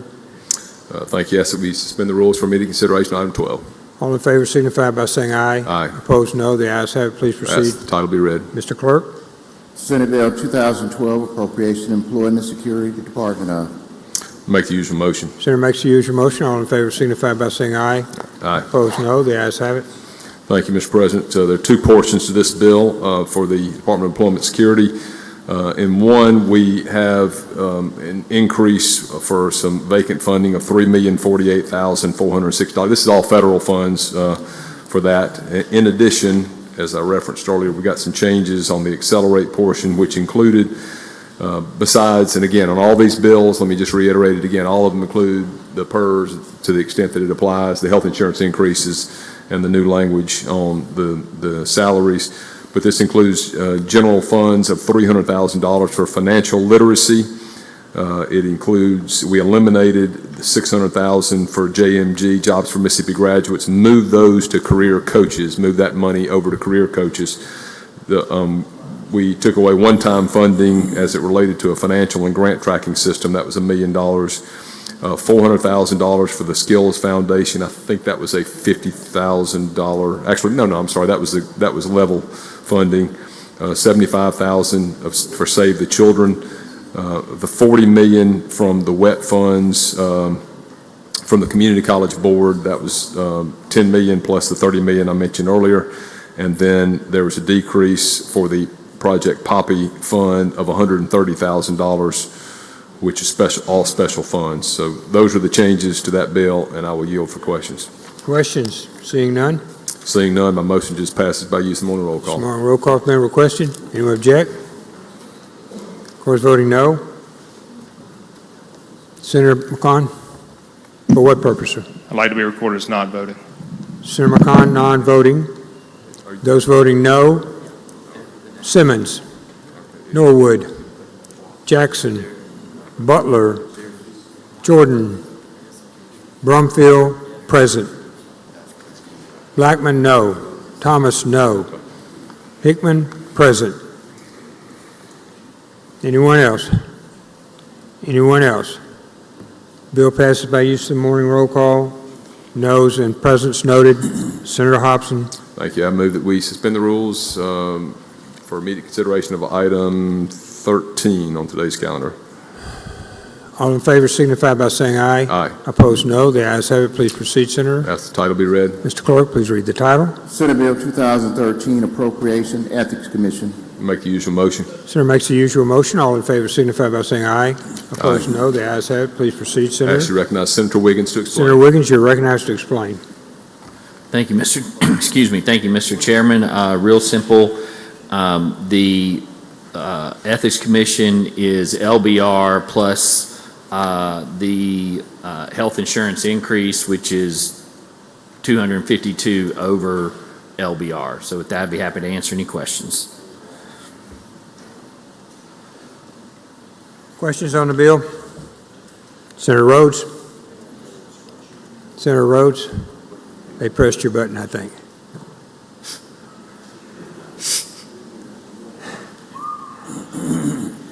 After the first 10, watch your button. All right. No questions. Senator, let's go. Move adoption on the morning roll call. Use of the morning roll call has been requested. Anyone object to procedure? This requires voting no. Simmons, no. Jordan, no. Jackson, no. Thomas, no. Frazier, no. Brumfield, present. Hickman, present. Norwood, no. Present. Norwood, present.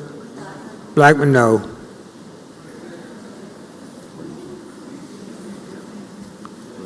Frazier, no.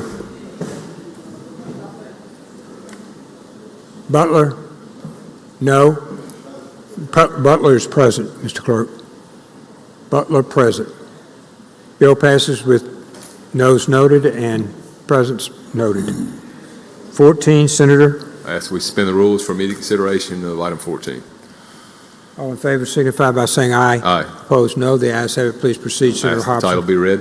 Mr. Clerk, please read the title. Senate Bill 2014 Appropriation Judicial Performance Commission. Make the usual motion. Senator makes the usual motion. All in favor signify by saying aye. Aye. Opposed, no. The ayes have it, Senator. I ask you to recognize Senator Wiggins to explain. Senator Wiggins, you recognize. Thank you, Mr. Chairman. The Judicial Performance Commission is $246,261 over LBR, and the bulk of that is at the request of the Judicial Performance Commission to add a attorney, and so $140,000 is provided for the purpose of employing a qualified attorney to audit, investigate, and monitor youth courts operations. That was requested by them at a number of different times. We had some legislation on that. Bottom line is to employ this person to monitor the youth courts with that. With that, I'd be happy to answer any questions. Senator Barrett, for what purpose, sir? Question, Mr. President. Senator Wiggins, will you yield for a question? Senator Wiggins, will you yield for a question? I do. Before I do that, Mr. President, I also wanted to add that we funded a staff person that had been cut during the LBR process, so we put that money back in. So yes, I would yield for a question. Senator Barrett, you're recognized for a question, sir. Yeah, thank you, Mr. Chairman. Senator Wiggins, is this an attempt to comply with Olivia Y in some cases regarding youth court? Maybe hasn't been streamlined as much as it should be, and somebody's being put in to monitor that situation?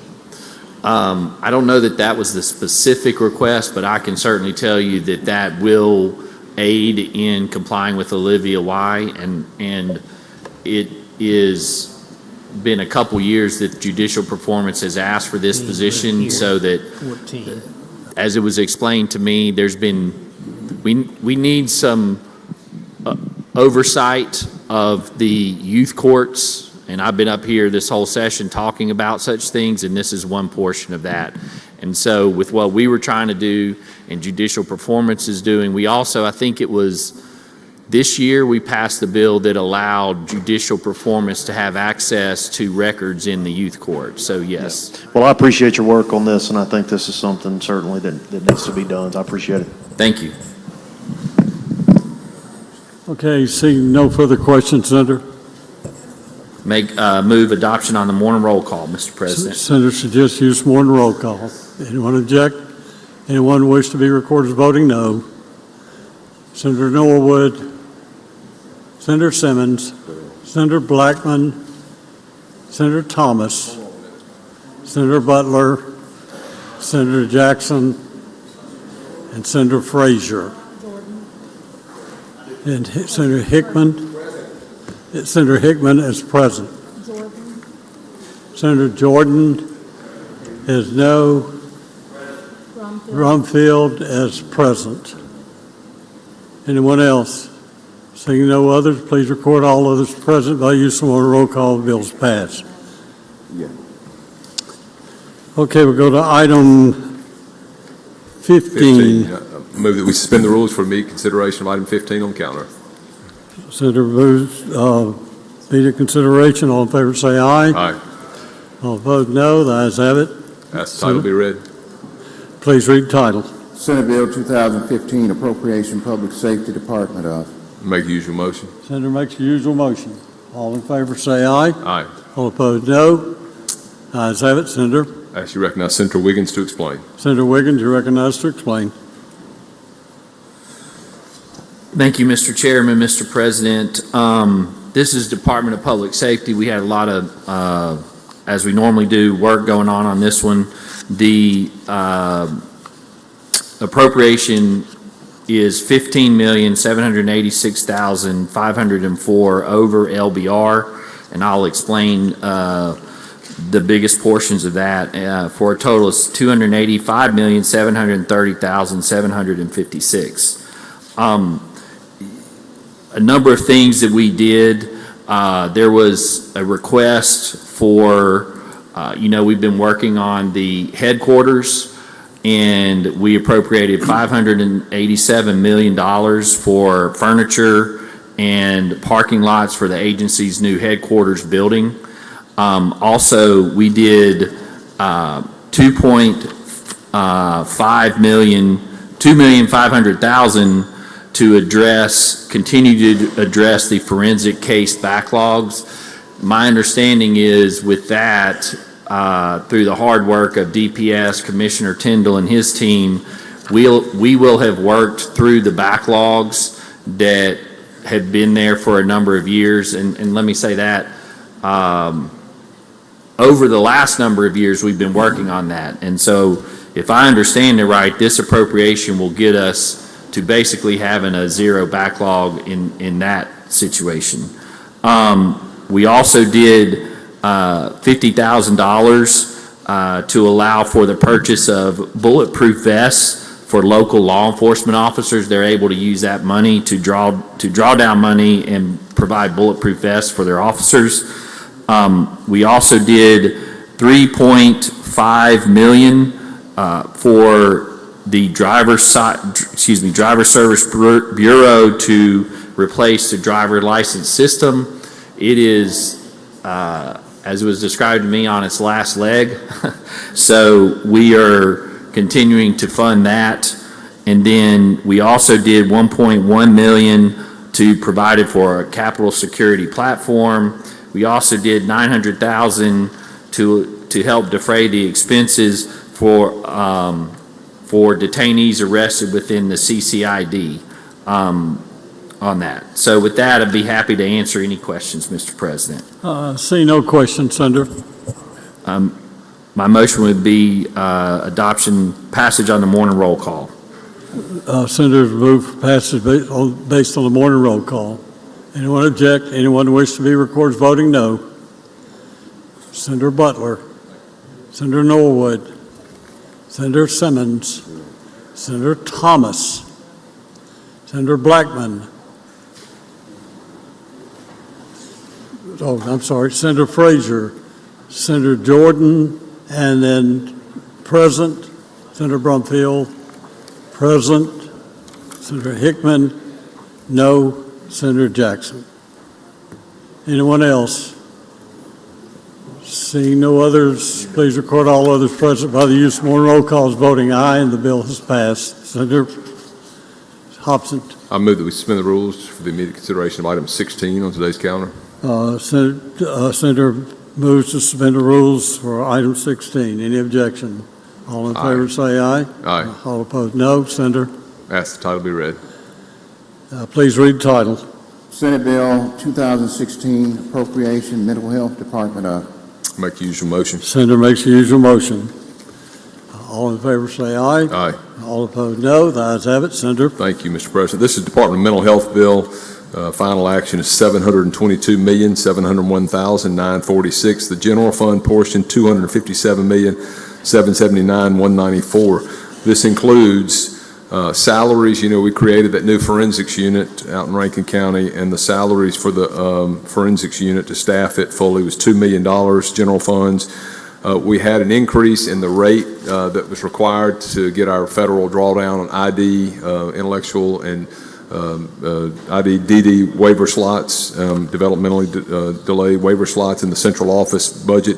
The increased cost was due solely to a rate increase. There was no new money, but that rate increase is $5.717 million. Also, 2 positions for the autism division that was created through the Department of Mental Health. That is $164,859. Contractual services for their central office was $150,000, and Special Olympics $25,000. There was also an increase in special fund authority, no general funds, but special fund authority for cost collections from Medicaid, which included $18 million at Ellisville, $14.4 million at North Mississippi, and $14.58 million at the central office, for a total of $46.982 million for those special fund requests. That's an explanation of the bill. I'll yield for questions. Excuse me. I see no questions, Senator. Seeing none, my motion is passage by use of the morning roll call. Senator requests to use the morning roll call for final passage. Any senator object? Anyone wish to be recorded as voting no? Okay. Senator Norwood, Senator Blackman, Senator Simmons, Senator Butler, Senator Jordan, Senator Thomas, Senator Frazier. Seeing no other, Senator Hickman, present. No for Senator Jackson. Brumfield is present. Seeing no others, please record all others present by use of morning roll calls. Voting aye, and the bill is passed. Senator Hobson. Thank you. I ask that we suspend the rules for immediate consideration of item 18 on today's, 17 on today's calendar. Senator Hobson moves to suspend the rules for item, did you say 8? Is it 17. 8? 17. For immediate consideration. All in favor say aye. Aye. All opposed, no. The ayes have it. Senator Hobson. Thank you. Ask the title be read. Please read the title. Senate Bill 2017 Appropriation, Transportation Department of State Aid, Road Construction Office of. I make the usual motion. Senator makes the usual motion. All in favor say aye. Aye. All opposed, no. The ayes have it. Senator Hobson. I ask that you recognize Senator Thompson to explain. Senator Thompson, you're recognized to explain. Thank you, Mr. President. Thank you, Mr. Chairman. This is the FY26 bill for Office of State Aid Road Construction. LBR for FY26 was $220,376,205. We have additional authority of $15,359,869 over LBR for health insurance increase, vacancy funding, and an additional $15 million for the Local Systems Bridge Program Authority for a total action of $235,736.74. That's a brief explanation of the bill. I'm happy to answer any questions. No questions, Senator. Motion? Motion would be final passage on the morning roll call. Senator's request to use the morning roll call for final passage. Any senator object? Any senator wish to be recorded as voting no? Senator Butler. Senator Simmons. Senator Blackman. Senator Norwood. Senator Thomas. Senator Frazier. Senator Jordan. Present for Senator Hickman. No for Senator Jackson. Brumfield present. Anyone else? Seeing none, please record all others present by the use of morning roll calls. Voting aye, and the bill is passed. Senator Hobson. Thank you, Mr. President. My motion is going to be to suspend the rules for immediate consideration of items 18 through 25. Immediate consideration for items 18 through 25. Anyone opposed? Seeing none, all in favor say aye. Aye. All opposed, no. Okay, ayes have it. Now my motion is to take them up in block. 18 Senator, through 25. Senator wishes to take those up in block. Anyone wish to set one aside? Senator Hickman, did you wish to set one aside? No? You want to set them all aside, one by one? You wish to set one aside? He wants to take them up individually. He objects to them in block? Motion takes a two-thirds vote. Those. So the motion is take them up in block. All in, well, call a roll. How do you know if it's two-thirds?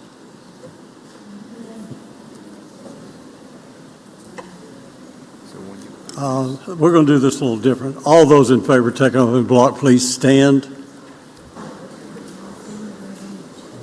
Let me count, please.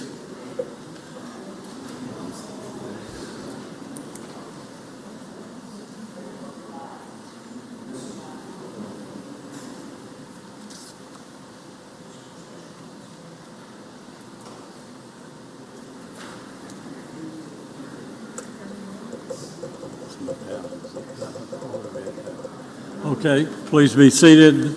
Those opposed to taking those up in block, please stand.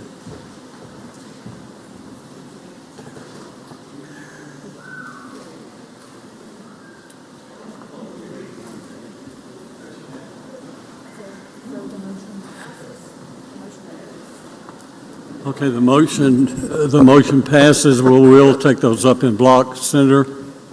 Okay, I ask the titles be read. Please read the title.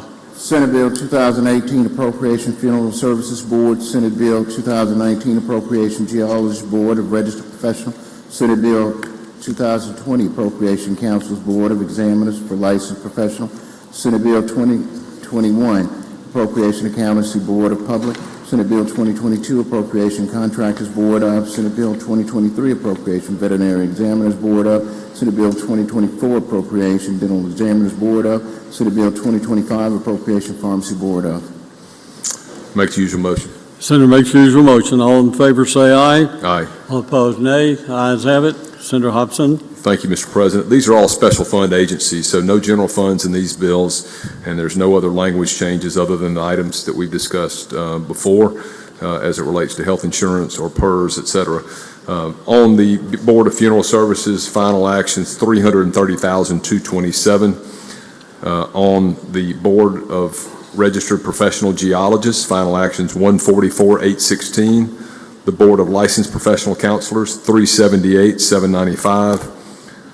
Board of Public Accountancy, $753,471.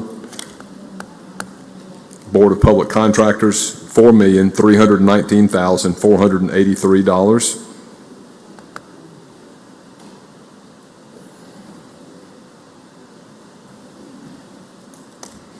Board of Veterinary Examiners, $200,296. And for the Board of Dental Examiners, $1,294,921. And for the Board of Pharmacy, this did include replacing 2 vehicles of $30,000 and a new attorney for their agency and staff related to it, which is $164,964 and benefits. Total amount of action on the Board of Pharmacy is $4,154,101. I'll yield for questions. No questions. Senator, motion. My motion is passage by use of the morning roll call. Senator requests use of the morning roll call, final passage. Any senator object? Any senator wish to be recorded as voting no on those items? Senator Butler, Senator Blackman, Senator Jackson, Senator Thomas, Senator Simmons, Senator Derek Simmons, Senator Jordan, Senator Hickman, Senator Horn. Anyone else? Seeing no others, please record all others. Senator Frazier as present. Please record all others present by use of morning roll call as voting aye and the bill is passed, or bills have passed. Senator? Thank you. I ask that we move that we suspend the rules for immediate consideration of item 26 on the calendar. Senators ask for immediate, for consideration of item 26. All in favor say aye. Aye. All opposed no. The ayes have it. Senator? I ask the title be read. Please read title. Senate Bill 2026 Appropriation Corrections Department of. Make the usual motion. Senator makes the usual motion. All in favor say aye. Aye. All opposed no. The ayes have it. Senator? I ask to recognize Senator Delano to explain. Senator Delano, you're recognized to explain. Thank you, Mr. Chairman. Thank you, Mr. President. Department of Corrections consolidated budget final action is $468,953,599. That represents a general fund increase above LBR of $18,433,485. $12 million of that is for the medical contract. Increases in the medical contract. We also have the per diem for all regionals are going to go up, and that will increase their budget by $4.4 million. There's also health or food services contract that's going to increase another $500,000, and then they have health insurance increases. So again, that's the language, or that is the general fund increases for the corrections consolidated budget. We also have language added that is going to be for another 600, or of this money that we've appropriated, $690,000 will be new money going towards a monitoring program, which is a further update of some of the software that they use within corrections. And this is about the third program or application that they have that they are changing out over the last 3 or 4 years. I'm pleased to see that they're updating that information. That is an explanation of the bill for the consolidated corrections report. I'll yield for any questions. Senator Wiggins, for what purpose? Question. Do you yield Senator Wiggins? Absolutely. Senator Wiggins, you're recognized. You mentioned an increase in the medical contract. Are we seeing any improvements in that area? Is it like, it sounds like it's continuing to go up. Where do we stand on that? Yeah, I think if you remember during the regular session, we talked about a new contract that was issued a couple of months, like right at the end of the year, if I remember correctly.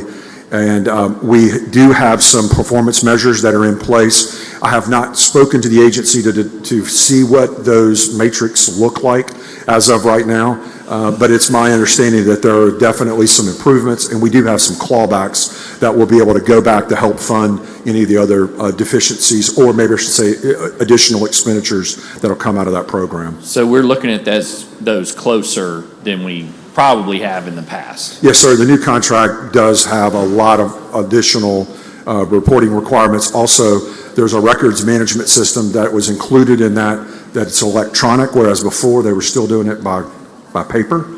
So obviously, we're going to have a better opportunity to track those electronically and to put some additional countermeasures in place. Okay, and I want to give credit where credit is due, because that's only fair. And over the break, I came across a constituent who is actually a dentist serving the prisoners at SMCI, and I got a favorable, they said how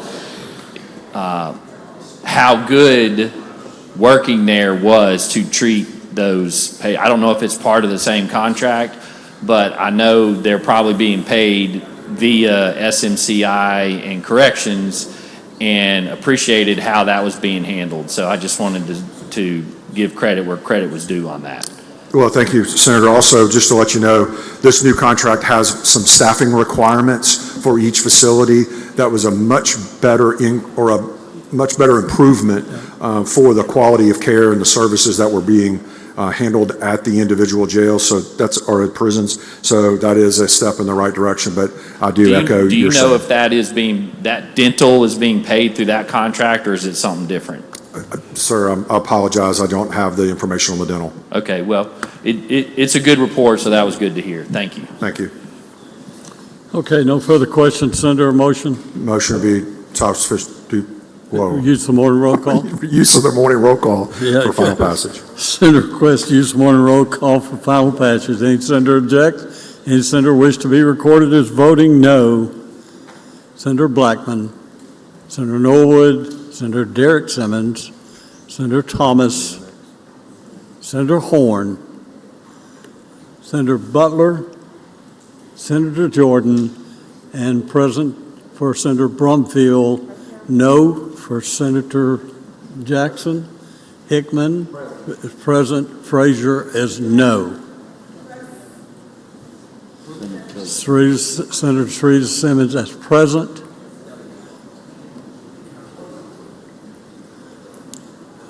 Okay, anyone else seeing no others, please record all others present by the use of morning roll calls voting aye, and the bill has passed. Senator Hobson. My motion is that we suspend the rules for immediate consideration, excuse me, of item 27. Senator Hobson moves to suspend the rules for immediate consideration of item 27. Anyone object? All in favor say aye. Aye. All opposed, no. The ayes have it. Senator Hobson. Ask the title be read. Please read title. Senate Bill 2027 Appropriation Emergency Management Agency. Make the usual motion. Senator makes the usual motion. All in favor say aye. Aye. All opposed, no. The ayes have it. Senator Hobson. I should recognize Senator Delano to explain. Senator Delano, you're recognized to explain. Thank you, Mr. Chairman. MEMA's budget has two separate budgets. There's an agency budget, and then there's a disaster relief budget. I'm going to tell you about the agency budget right now. Final action on it was $34,537,680. That is a $7,783,597 total increase above LBR, and those are for, if you remember, last session we did a bill that was pertaining to NG 911, and it was establishment of a new function at MEMA to help stand up an NG 911 program that will be just using monies that are dispersed and collected off of cell phone bills. Some of those proceeds will go back to MEMA to help with the administrative cost, as well as some of the capital costs are necessary to put that program in shape or to get that up and running. So that's $3 million that'll come from the CMRS funds. And then there's another $2.5 million that goes into a storm shelter program that is going to help with hazard mitigation, some additional hazard mitigation program. It's an existing program. We're just taking money from one program that's already closed out and putting this $2.5 million into it. And then there's going to be some administrative costs associated with the NG 911 program, and that's going to be $928,750. So that explains the increase in MEMA's operating budget, the agency budget. And then on the disaster recovery, this is the big number. This includes all the federal funds that we get from natural disasters. So we have a lot, very heavy federal funds and other funds in this. The general funds are only $585,056. The total action for the disaster relief account is $451,340,748. That is about an $8 million increase over LBR, and some of that money is transferred from capital expense funds into about $5.5 million is transferred from capital expense funds into this disaster recovery. The reason why we do that is to help pay part of the local match that's required on these natural disasters as they occur. There was a bill at the end of the session that would have given, a general bill that would have given MEMA the authority, along with the governor's office and DFA, the ability to draw down or escalate additional funds should we have a disaster. Unfortunately, that bill was killed. That's something we'll have to take up at the end or at the beginning of next session.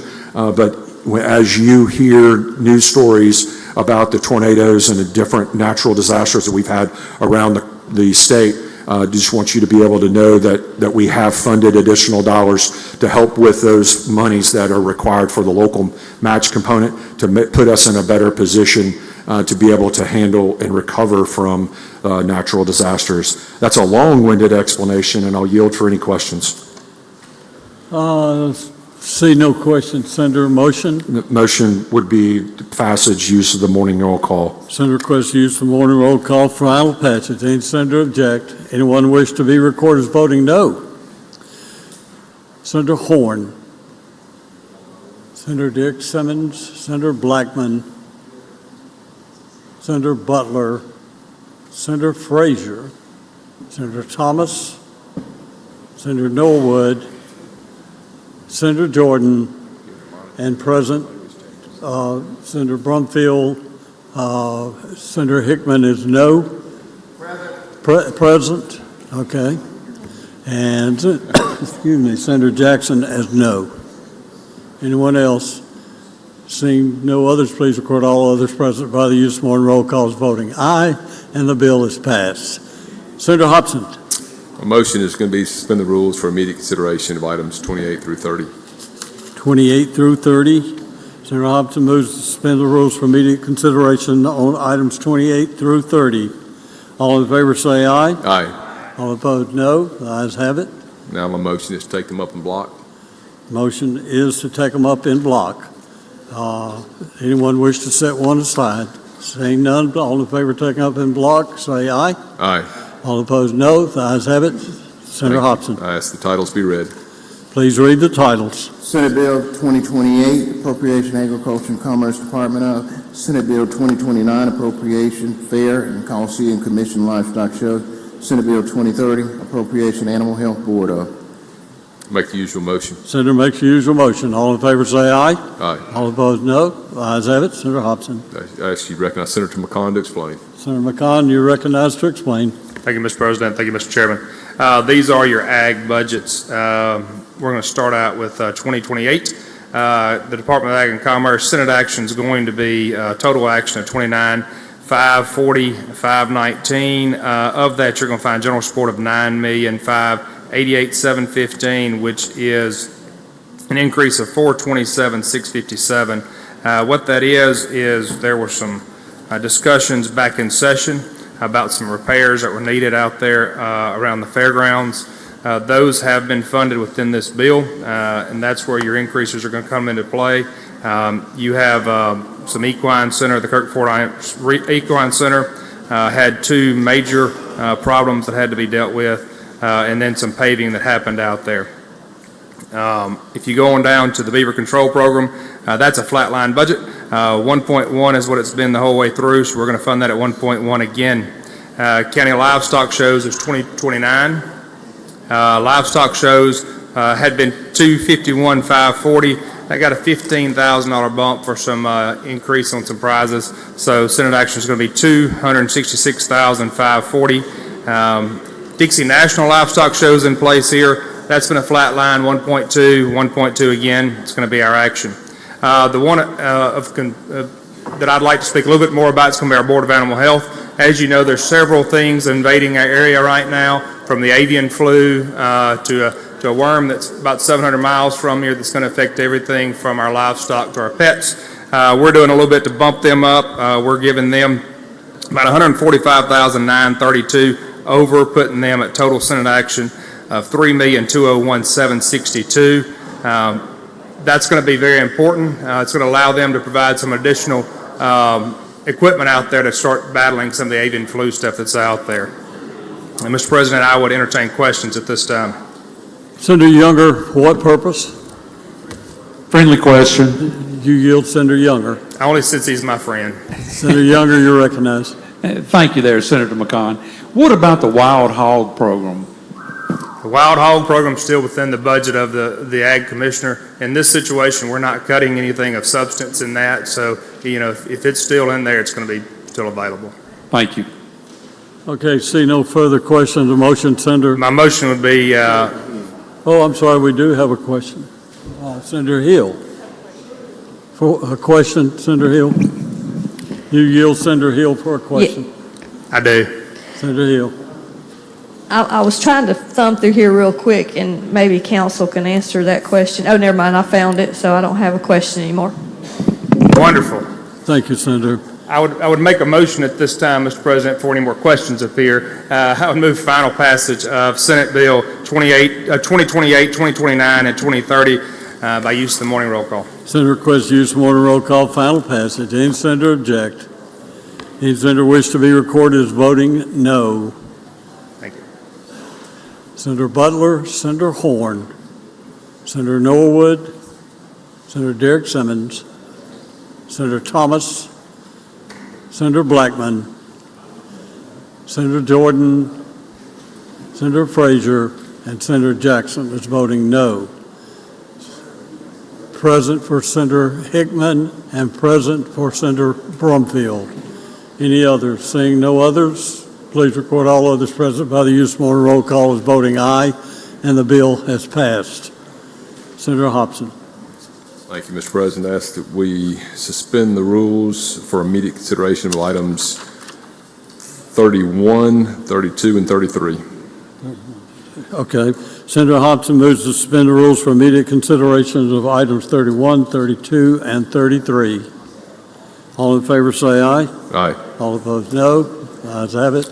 My motion is to take those items up in block. Motion taken up in block. Anyone wish to set one aside? Seeing none, the in block is approved. Senator. Read the titles. Senate Bill 2031, Appropriation Gaming Commission. Senate Bill 2032, Appropriation Information Technology Services Department of. Senate Bill 2033, Appropriation Personnel Board. Make the usual motion. Senator makes the usual motion. All in favor say aye. Aye. All opposed no. Ayes have it. Senator Hobson. I ask that you recognize Senator Williams to explain. Senator Williams, you recognize to explain. Thank you, Mr. Chairman. Thank you, Mr. President. The first bill, Senate Bill 2031, is the Gaming Commission. The total Senate action is $505,233 over LBR. That consists of the health insurance we've been talking about and $500,907 of vacancy funding. The second bill is Senate Bill 2032. It's Information Technologies. It's actually a combination of two bills. The first one is $1,924,914 over LBR. That is predominantly, we've got health insurance, $172,000 for vacancy funding. The remainder of that is to set up the Procurement Modernization Act, which was from House Bill 20 and House Bill 1491, the statewide data exchange. These are a couple of technology bills that we passed this year, and this is the initial funding for these funds. The second one is the ITS wireless communications, and it has a $294 increase over LBR, and that is for the insurance that we mentioned. The next one is Personnel Board, and we have an $1,890 increase over LBR. Total Senate action, $5,352,000. I yield for any questions. See no questions. Senator, a motion? Motion is passed by use of the morning roll call, Mr. President. Senator requests use of morning roll call for final passage. Any senator object? Any senator wish to be recorded as voting no? Here we go. Senator Derek Simmons, Senator Thomas, Senator Butler, Senator Horn, Senator Norwood, Senator Blackman, Senator Jackson, Senator Jordan, Present Senator Brumfield, and no for Senator Frazier. Anyone else? Seeing no others, please record all present by the use of morning roll calls voting aye. The bills are passed. Senator Hobson. I move that we suspend the rules for the immediate consideration of item 34 on today's calendar. Item 34. Yes, sir. Senator Hobson moves to suspend the rules for immediate consideration of item 34. All in favor say aye. Aye. All opposed say no. The ayes have it. Senator, That's the title we read. please read the title. Senate Bill 2034, Appropriation Military Department. Make the usual motion. Senator makes the usual motion. All in favor say aye. Aye. All opposed no. The ayes have it. Senator Hobson. Ask to recognize Senator Williams to explain. Senator Williams, you recognize to explain. Thank you, Mr. Chairman. This Senate bill is our military bill. The total Senate action is $166,535,867,000. Excuse me. That is Senate action is $7,035,000 over LBR. What that consists of is $35,000 is for the health insurance, $6 million is for the readiness center in Amory that we know was damaged by the tornado several years ago. I think there's a 3-to-1 drawdown from federal money for that matches with that. There are also $1 million of Youth Challenge Academy facilities money that will be in that. There's also a $1.3 million deficit for the appropriation for the Student Educational Assistant Program within that, which will be money that will be able to be drawn down upon passage. Did we just do the one bill? Yes. I will yield for any questions. Senator Hill, for what purpose? Question. Do you yield Senator Hill for a question? Yes, ma'am. Yes, sir. Senator Hill, you're recognized. Thank you. Looking on that summary sheet, based on last year's appropriation of this one, it's about a $16 million reduction. Is that one-time funds? That's one-time money? Yes, as one-time capital expenses. I think we had a facility in Corinth, and I think we had one in DeSoto County. There are a lot of facilities we were the last tranche of money that was allocated for. So this is not going to hamper the functioning of this military unit? No, ma'am. Thank you. Yes, ma'am. Thank you. Senator Wiggins, for what purpose? Introduction out of order. You're recognized. Let's do that. Thank you, Mr. President. In the North Gallery, we have with us Samantha Bignell and Kaylin Bradshaw from Keesler Federal Credit Union. They are also here with court-appointed special advocates, and they've been here at the Capitol a lot. We thank them for coming up here. So please give them a big round of applause.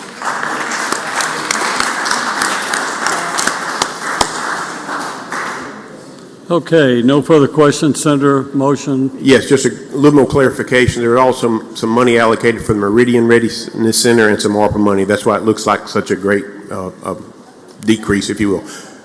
Yes, ma'am. If there are no other questions, I'd move by passage by use of the morning roll call, Mr. President. Senator requests the use of morning roll call, final passage. Any senator object? Any senator wish to be recorded as voting no?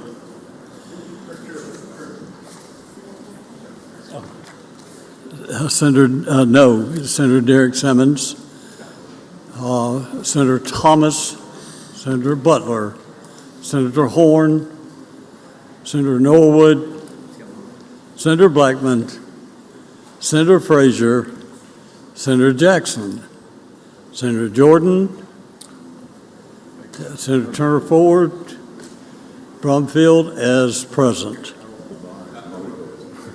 And record DeBar as not voting. Present, Senator Frida Simmons. Present. Okay. Senator Hickman as present. Anyone else? Seeing no others, please record all others present by the use of morning roll call as voting aye, and the bill is passed. Senator Hobson. Ask we suspend the rules. My motion to suspend the rules for immediate consideration of item 35 on today's calendar. Senator Hobson moves to suspend the rules for immediate consideration of item 35. All in favor say aye. Aye. All opposed, no. The ayes have it. Senator Hobson. Title be read. Please read title. Senate Bill 2035, Appropriations Veterans Affairs Board. Make the usual motion. Senator makes the usual motion. All in favor say aye. Aye. All opposed, no. The ayes have it. Senator Hobson. Ask you recognize Senator Williams to explain. Senator Williams, you're recognized to explain the bill. Thank you, Mr. Chairman. Thank you, Mr. President. This budget is comprised of two budgets, the Veterans Affairs and Homes. The first one will be the Veterans Affairs. The total Senate action on this is $8,860,409. This is $443,632 over LBR. The Senate action is. That's the health insurance is $2,400, $66,000 for vacancy funding, and a $375,000 allocation to replace a Gulf War memorial at the State Veterans Cemetery in Newton, Mississippi. The second is the Veterans Affairs Board, which is total Senate actions $54,884,419. This is $6,012,000 over LBR, the $12,000 for insurance. The $6 million is for Traditions senior facility that's on the coast. And on a personal note, if you haven't been down there, Chairman Tate of Veterans Committee and myself was down there a few weeks ago during the grand opening, and it is a great use of taxpayer money. It will be a great way for those that have served our state and our country to spend their final days. So if you have an opportunity to go to the coast, I implore you to go take a look at this facility. It's something that we should be very, very proud of as we do that. The $6 million that's here is they're anticipating the final inspections to take place in the next few weeks that may already have taken place. Upon final inspection, there'll be federal funds that will flow down so that we will not need this $6 million. But on the chance that the inspection does not end successfully or the contingencies that have to be done, we've allocated this $6 million to be just in case. So hopefully we won't need it. If not, we'll claw it back next year, but just in case, it'll be sitting out there if we do need it. With that, I would yield for any questions, Mr. President. No questions, Senator. Motion? If there are no questions, I would ask for passage by use of the morning roll call, Mr. President. Senator requests use the morning roll call for final passage. Any senator object? Thank you. Anyone wish to be recorded as voting no? Senator Blackman as no. Senator Butler as no. Senator Derek Simmons as no. Senator Thomas, no. Senator Horn, no. Senator Jackson, no. Senator Frazier as no. Senator Brumfield is present, and Senator Norwood as no, present. Senator Hickman as present. Anyone else? Senator Jordan as no, present. Senator Jordan is present. Any others? Seeing no others, please record all others present by the use of the morning roll call as voting aye, and the bill is passed. Senator Hobson. Thank you, Mr. President. I move that we suspend the rules for immediate consideration of item 36 on today's calendar. Senator Hobson moves to suspend the rules for immediate consideration on item 36. All in favor say aye. Aye. All opposed, no. The ayes have it. Senator Hobson. Title be read. Please read the title. Senate Bill 2036, Appropriation Revenue Department of. Make the usual motion. Senator makes the usual motion. All in favor say aye. Aye. All opposed, no. Ayes have it. Senator Hobson. Thank you, Mr. President. Senate Bill 2036 is the Department of Revenue bill, and it consists of three different budgets. There is $375,000 of general fund that was put in for the vape registry. There were $775,000 general funds for high-speed scanners at the Department of Revenue to replace some old scanners. And then special funds included were $2.775 million for tech equipment for the new warehouse that was needed. And so the final amount on that portion of DOR was $82,832,150. General fund portion, $56,985,898. This also includes the language for the homestead exemption. Let me find it. Homestead exemption reimbursement, $94 million. And then the license tag commission, $6.4 million. And that is an explanation of the bill. Okay, I see no questions, Senator. My motion then is passage by use of the morning roll call. Senator Hobson requests use of the morning roll call, final passage. Any senator object? Any senator wish to be recorded as voting no? Senator Blackman, Senator Butler, Senator Horn, Senator Jackson, Senator Thomas,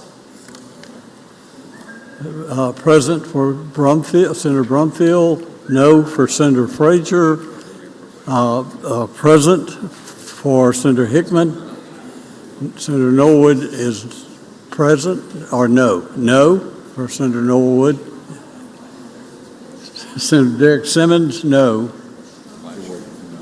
Senator Jordan, no. Senator Jordan is no. Anyone else? Seeing no others, please record all others present by the use of morning roll calls voting aye, and the bill is passed. Senator Hobson. Thank you. I ask to suspend the rules for immediate consideration of item 37 on today's calendar. Senator Hobson moves that we suspend the rules for immediate consideration of item 37. All in favor say aye. Aye. All opposed no. The ayes have it. Senator Hobson. I ask the title be read. Please read title. Senate Bill 2037, Appropriations, Secretary of State. Make the usual motion. Senator makes the usual motion. All in favor say aye. Aye. All opposed no. The ayes have it. Senator Hobson. Thank you, Mr. President. This Secretary of State's bill, this includes $1,108,000 for an update for the SIMS equipment. That's the statewide elections management system. $75,000 for IT projects and equipment. Both of those are general funds. We did provide $208,000 of CapEx money for a move. They're moving offices to 660 North Street. That's a one-time expense. And there was reduction of $4.6 million from Tidelands Authority. That's other special funds, and a reduction out of funds that had previously been issued for the Broadwater Marina. That was $730,335. That's an explanation of the bill. I will yield for questions. Seeing no questions. My motion is passage by use of the morning roll call. Senator Hobson requests use of morning roll call, final passage. Any senator object? Anyone wish to be recorded as voting no? Senator Norwood, Senator Butler, Senator Horn, Senator Jackson, Senator Thomas, Senator Frazier. Present for Senator Brumfield. Senator Blackman, no. Senator Hickman is no. Present. Okay. And Senator Derek Simmons as no. Senator Jordan as no. You got those. Present, Senator Jordan. Okay, present for Senator Jordan. Anyone else? Seeing no others, please record all others present by the use of morning roll call as voting aye, and the bill has passed. All right, Senator, item 38. My motion is to suspend the rules for the immediate consideration of items 38 through 41. 38 through 41. Okay. Senator Hobson moves to suspend the rules for immediate consideration of items 38 through 41. All in favor say aye. Aye. All opposed no. The ayes have it. Move that we take those items up in block. Senator moves to take those items up in block. Anyone wish to set one aside? Seeing none, we'll take them up in block. Senator Aye. Senate Bill 2038, Appropriation Tax Appeals Board. Senate Bill 2039, Appropriation Workers' Compensation Commission.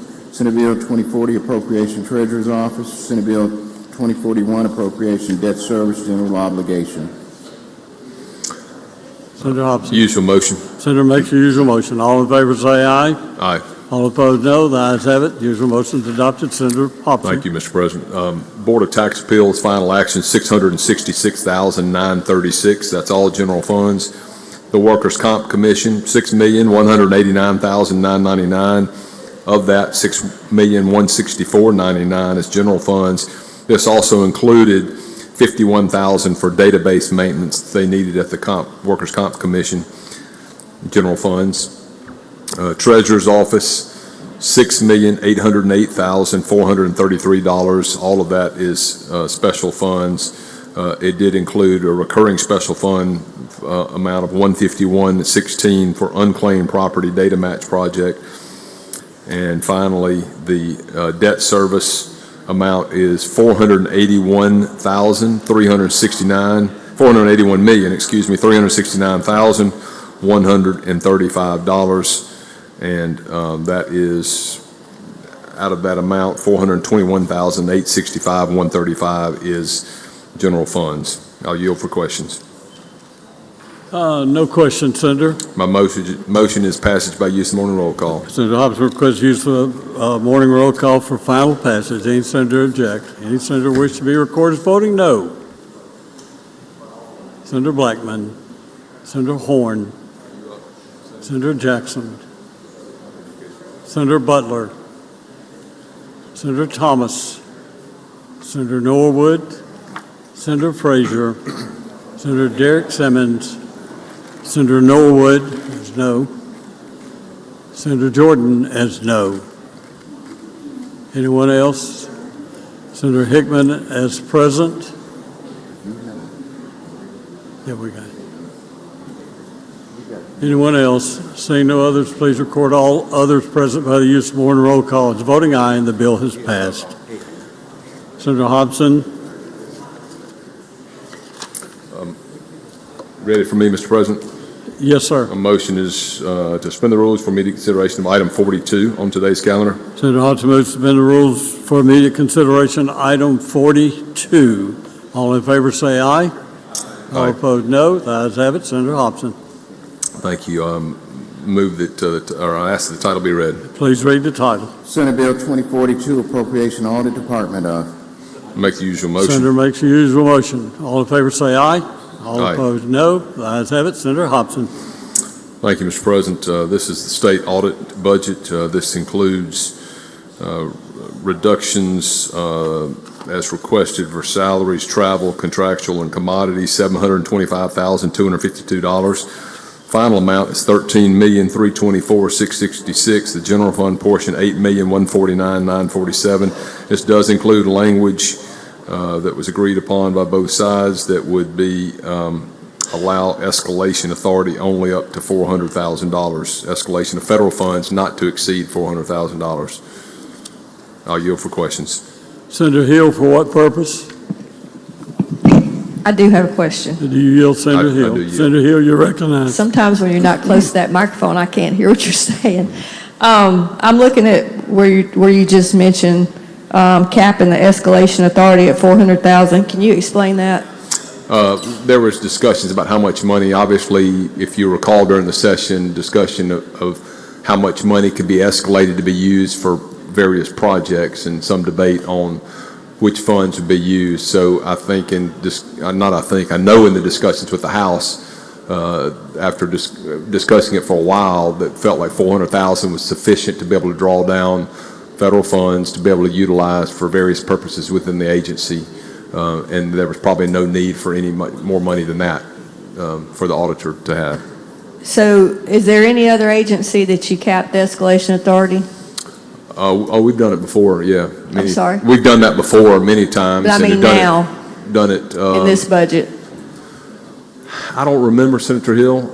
I'd have to think back. I told somebody today that, 2 months ago, all this stuff was fresh in my mind, and I'm trying to recall quickly which budgets we had that in. But, I know we did it with Ag Department last year on some escalation authority. And I remember that. Yep. And, I think there may have been another one this year, too. It just concerns me, the fact that, travel, this includes travel. related expenses, employing staff, paying related expenses. So that would be travel, lodging, or whatever when they're moving back and forth to these counties to investigate, misappropriation or whatever's going on. It just concerns me that if we need more, then we may be stuck. That's what my concern is I want everybody that's stealing to get caught, and if we're recovering millions, I think capping this at $400,000, I don't necessarily agree with it, because I want these people to have to pay the money back to the places that they stole it from, and I also want them to be prosecuted for it. So I don't want to hamper any future investigations that we may have, or some that are going on. That's just a concern. Thank you. Yeah, I don't either. I think that was discussed heartily in that negotiation process. Senator Tate, for what purpose? What are you doing, Andrew? He hit my button. Okay, Senator McClendon. Question, please. What purpose? You yield, Senator McClendon. I yield. So we've lowered it to 400,000, is that correct? Well, I think just put a cap on it at 400,000. What was it at the previous years? I think it was unlimited. Yeah, unlimited. And I think that was some of the discussion that came up in the subcommittee hearing too, is how much funds could be utilized. And we've had this with other agencies in the past too. And enough, I felt like in the negotiations, people felt like 400,000 was sufficient to be able to do it. And obviously, if the auditor comes back in January and needs additional funds at that time, he can certainly make that request and we can address it at that time. Do we have the number of what he used last year? A final number of what he used? Is that what your question? Well, I know what was discussed in so what was subcommittee is the $2 million that was used for the report. Senator Polk's not here today, but I think he in his subcommittee hearing, the request was why the $2 million was not used for audits and was used for a report. And then he gave $1 million back, is that correct? I don't remember if anything was given back. I believe it was $1 million. Do we have that answer? I don't know. When you say gave back. Well, he lowered his budget $1 million. Is that correct? He asked for his budget to be lowered $1 million. I don't remember. Yep. Yes, that's it. Those are the cuts that you see in there. The decrease $725,252. Do we have the number that he collected or found of stolen money? I don't. Okay. Thank you, sir. Thank you. Senator McCon, for what purpose? Just a quick comment, a question.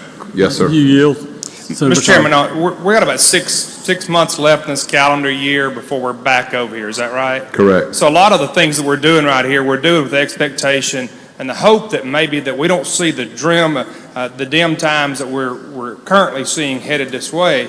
But if we got to the point where this $400,000 was escalated and we utilized all that in that office, potentially we could revisit this in January. Is that correct? That's correct. And I think that's something maybe we need to remember in a lot of these things, and I would hope that you would consider that if we get to that point. Yes, sir. Thank you, Senator McCon. Okay, no further questions. Senator motion. Motion is passes by use of morning roll call. Senator Hopson requests use of morning roll call, final passage. Any senator object? Anyone wish to be recorded as voting no? Senator Blackman, Senator Noel Wood, Senator Derek Simmons, Senator McClendon, Senator Thomas, Senator Tate, Senator Frazier, Senator Jackson, Senator Barrett,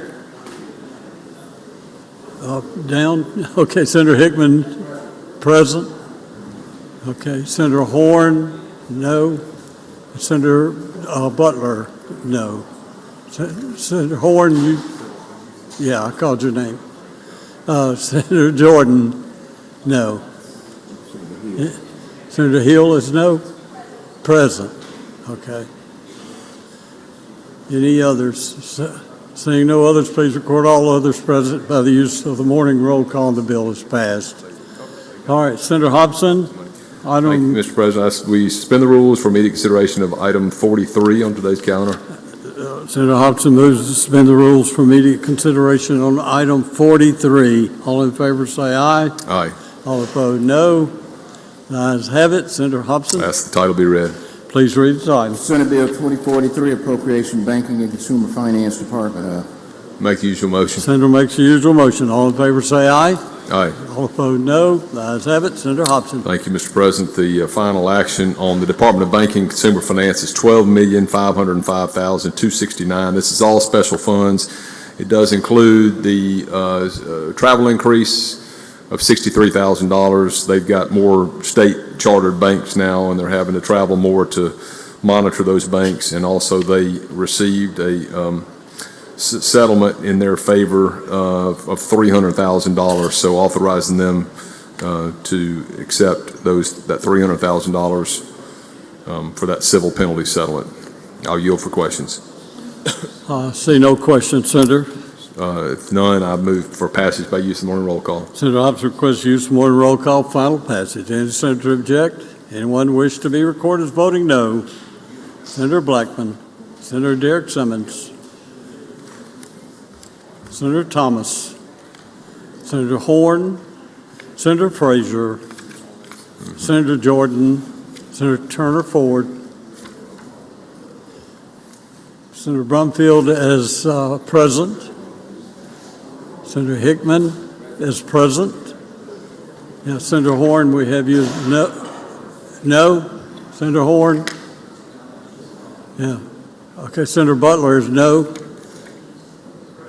Present for Senator Norwood. Senator Jackson as no. Anyone else? Seeing no others, please record. Oh, Senator Sarita Simmons as present.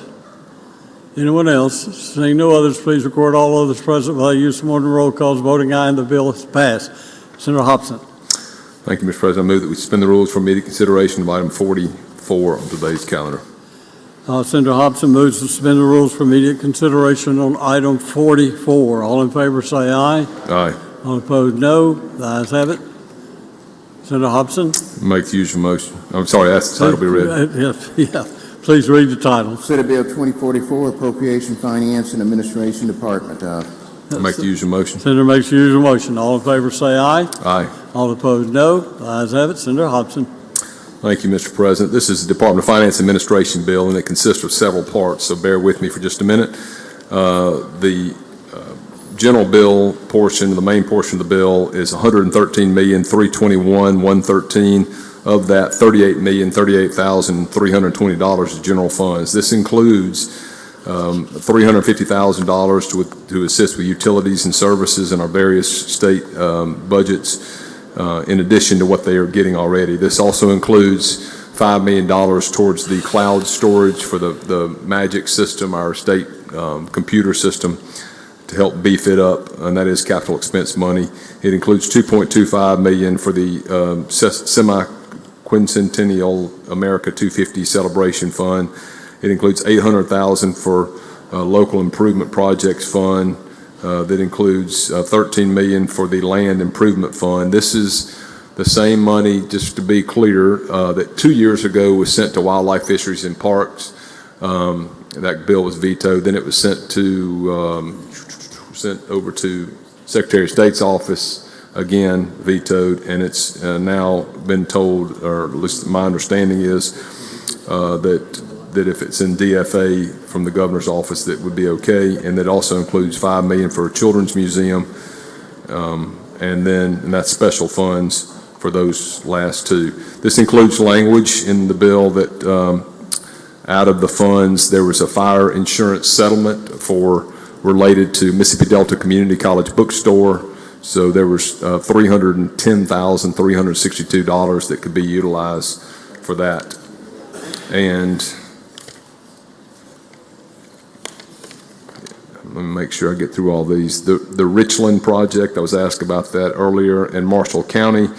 There was reallocating projects that had previously been done, $300,000 in Marshall County for Blackwater Road Bridge project, and infrastructure improvements in Richland, $500,000. Make sure I'm not missing anything. Okay. And then also the tort claims board portion is $6,335,412. That's all special funds. The commission on the status of women, $47,260, $44,125, that's general funds.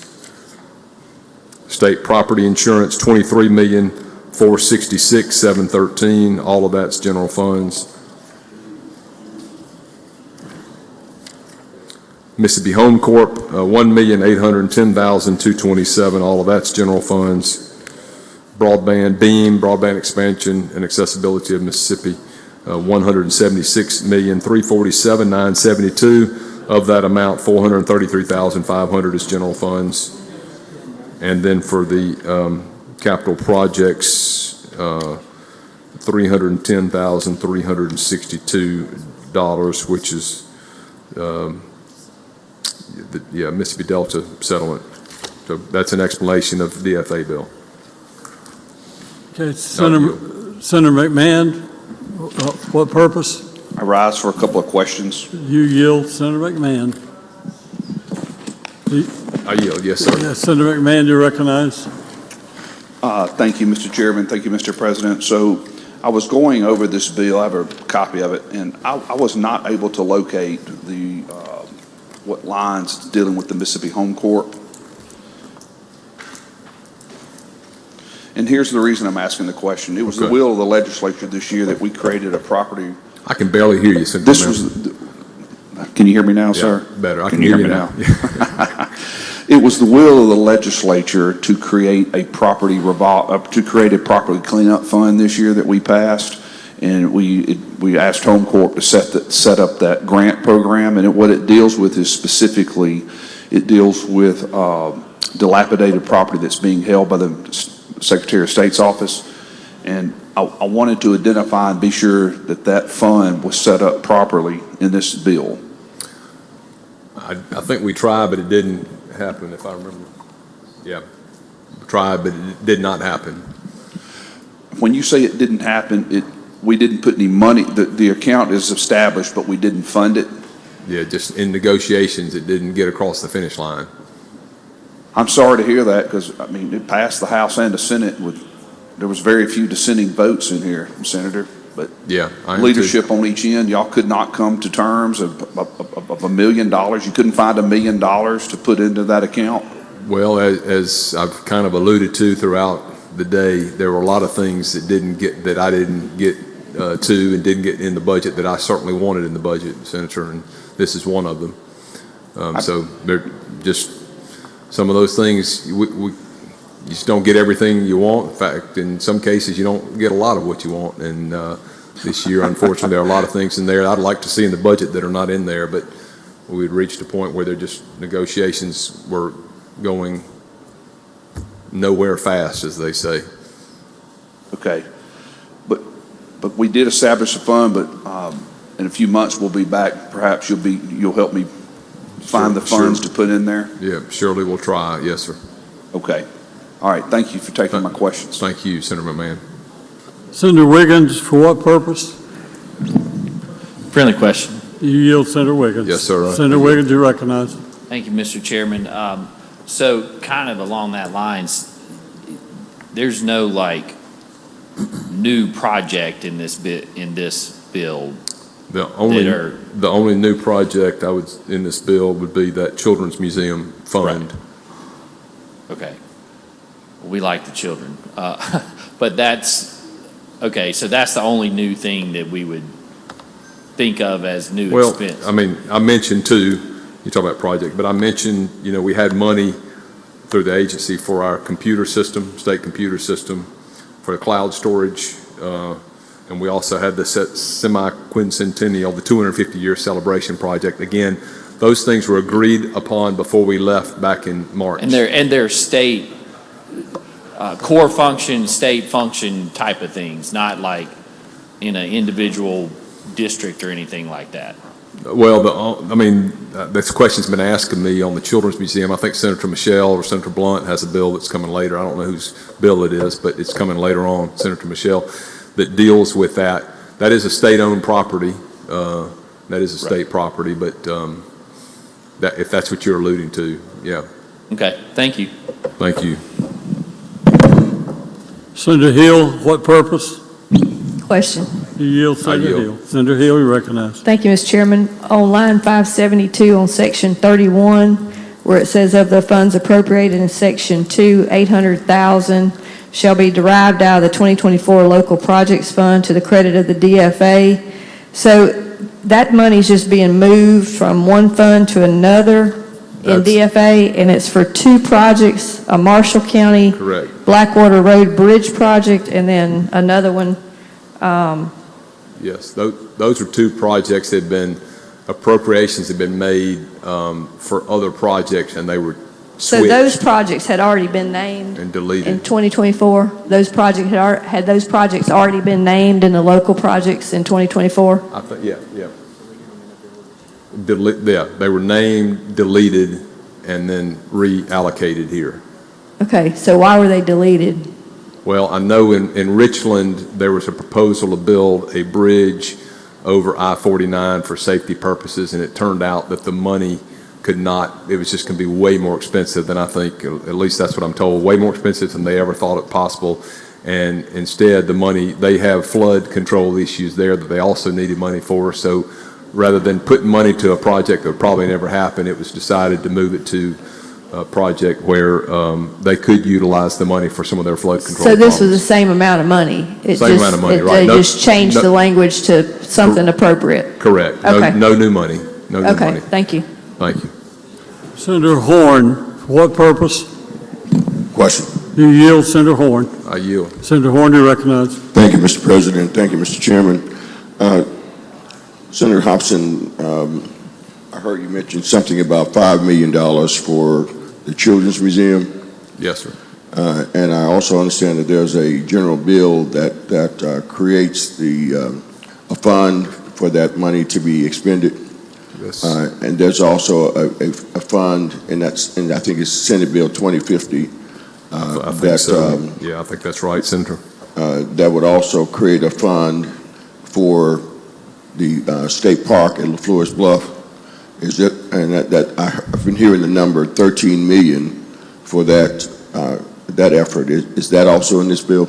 That is not, but that's in the general fund. That's in the transfer bill, and that's been moved. I mentioned that a while ago in the, no, it's been from Wildlife to Secretary of State, now to DFA. Actually, it is in this one. Yeah, it's DFA, I'm sorry. So that money has been moved around. This is now the third attempt to utilize that 13. So that's no new money, really. It's money that we had previously put in that was not able to be used. We moved it to agency, and now it hopefully with DFA can get utilized. Okay, so the 13 million is in this bill? It is, yes. Yes. Okay, thank you. Thank you, Mr. President. Yeah. The transfer bill is going to have it separately, but this, right. the authority to spend and get it out is here in the DFA bill. Okay, thank you, Mr. Chairman. Thank you, Mr. President. Thank you, Senator Horn. Senator Turner Ford, what purpose, please? Thank you, Mr. President. I think I have a question, but I believe it's been answered. The 13 million You is... yield, Senator I Turner. yield, yes. Senator Turner Ford. I apologize. That's okay. The 13 million is in section 32. Although it refers to section 2. Corbin's telling me yes. Yes, it is. That's correct. And how long has that been appropriated? This is the third year now. Thank you, Mr. Chairman. Thank you, Senator Turner Ford. Okay, Senator, I see no further questions. My motion is passage by use of the morning roll call. Senator Hobson requests use of the morning roll call, final passage. Any senator object? Any senator wish to be recorded as voting no? Senator Blackman, Senator Derek Simmons, Senator Jackson, Senator McClendon, Senator Thomas, Senator Turner Ford, Senator Jordan, Senator Barrett, Senator Horn as present, Senator Brumfield is present, Senator Frazier as present, Senator Hill is no, Senator Tate as present, as no, okay, as no, Senator Butler as no, Senator Norwood, no, present, okay. Oh, Senator Hickman, present. Anyone else? Seeing no others, please record all others present by the use of order roll calls. Voting aye and the bill is passed. Senator Hobson. Move that we suspend the rules for the immediate consideration of item 45 on today's calendar. 45, okay. Senator Hobson moves to suspend the rules for immediate consideration of item 45. All in favor say aye. All Aye. opposed, no. Ayes have it. Ask Senator the title be Hobson. read.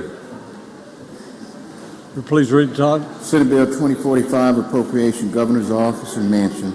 Make the usual motion. Senator makes the usual motion. All in favor say aye. Aye. All opposed, no. The ayes have it. Senator Hobson. Thank you, Mr. President. This is the governor's support and mansion bill. It is $3,843,998, and general fund portion $3,206,626. No other changes or language in there. I'll yield for questions. Senator Simmons, Derek Simmons, what purpose? Question, Mr. President. Do you yield, Senator yield. Simmons? Senator Simmons, you're recognized. Yep, thank you, Mr. President. And Mr. Chairman, I'm looking at the sheet that you provided, and on here it shows a increase of roughly $15,000 on this fiscal year 26 final action.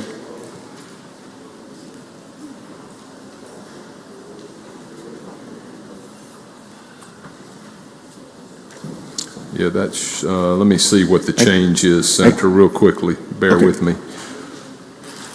Looks like that's going to be, I see the health insurance increase, and I suspect the PERS.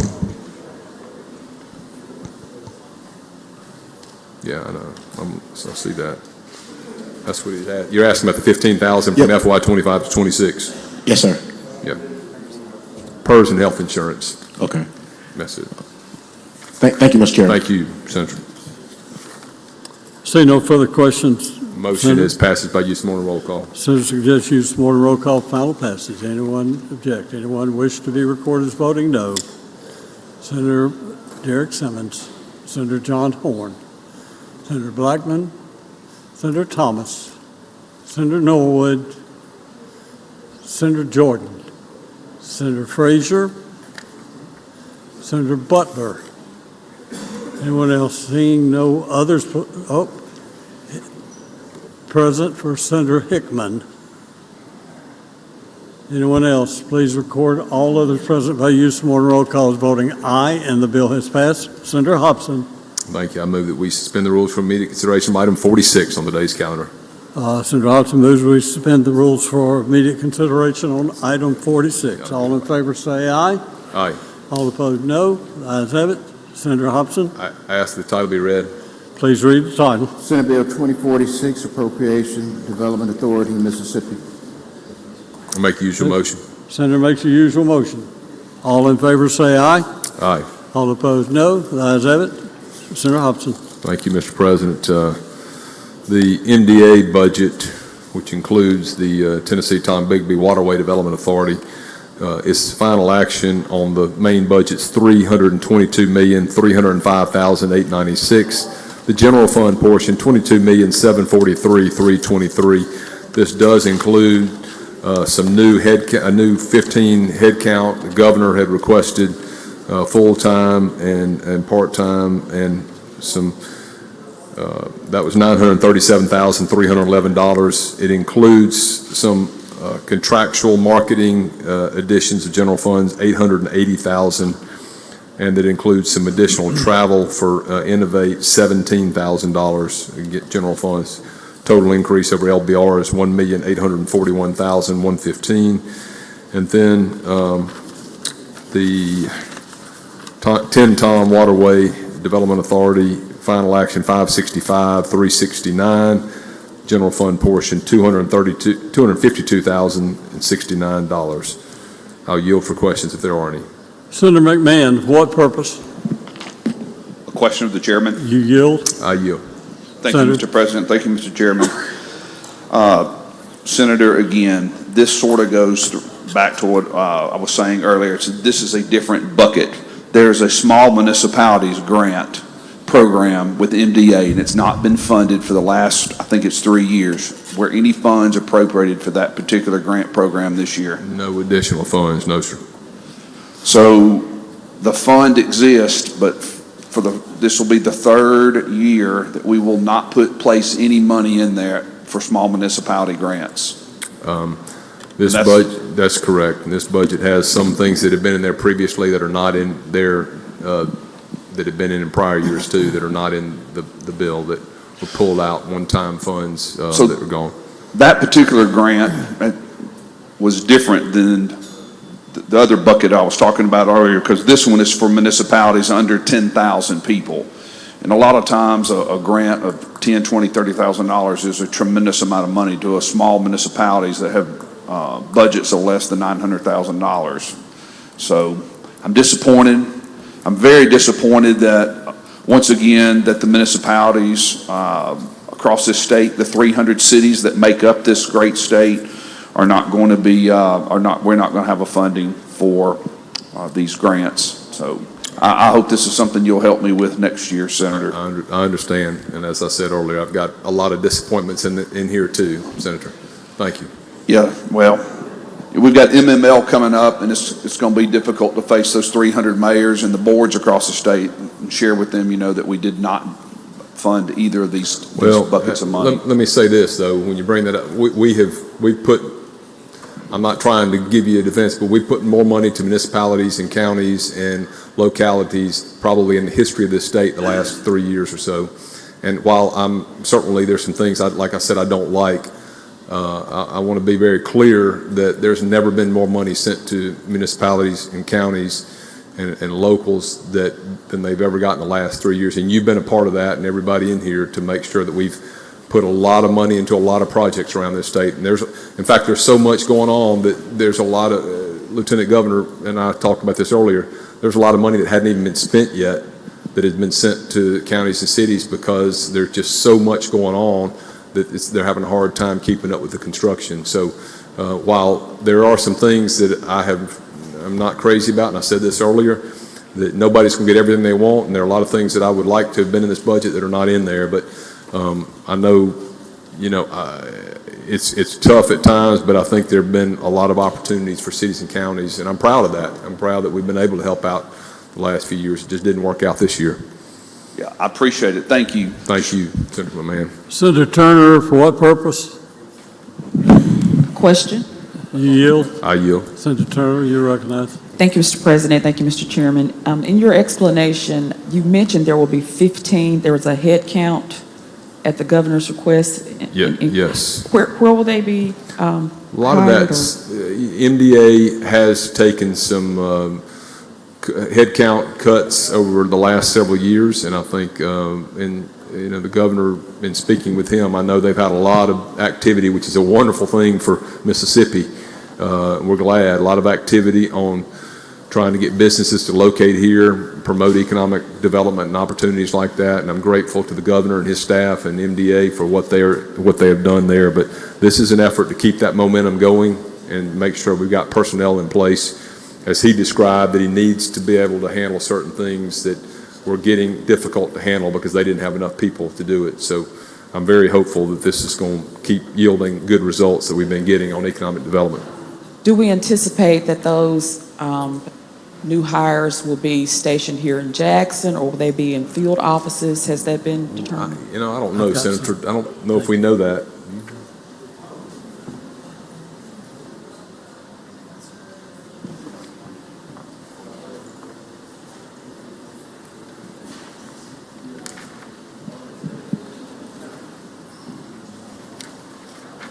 I won't belabor the time. It was just a question.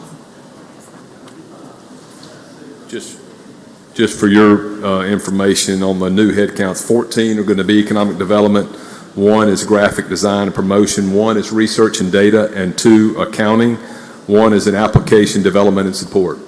Thank you, Mr. Chairman. Thank you. And that obviously is more than 15, but that includes some of those part-times that we included too, with 4 other ones that were time limited. Thank you, Senator Ford. If no other questions, Mr. President, I would move by passage. We do have Senator Horn for what purpose? Question? Yes, I yield. Senator Horn, you recognize? Thank you, Mr. President. Senator, you yield? I do yield. Somewhat similar to Senator McMahon's questions, we have given out a lot of money, especially through the ARPA funds, for communities to do infrastructure projects. And I know that you and I have had discussions about, I think, 6 communities that somehow were not able to spend their ARPA funds because of maybe how they advertise or some issue that kicked that money out. And we were trying to find a way to make those communities whole. A lot of them have projects that are bigger than the municipal budget in some cases. Have we addressed that in any bill, this MDA bill or any other bill that's coming before us, or that has come before us? Yes, we have. We were able to get agreement on that, and I don't remember the total amount. I want to say it was about $8 million. I believe it was $8 million that we were discussing, yes, sir. Yeah, $8 million on the funds for the ARPA-related projects where the procurement process was not, and we were able to shift those funds over from the DOT, though. Yes, because the fallback, what we were able to do, Senator Horn, let me see if I can explain this. The fallback on the funds that would have otherwise fallen to DOT, we're able to utilize those funds to help those communities and counties that had the procurement issues. So that should be covered.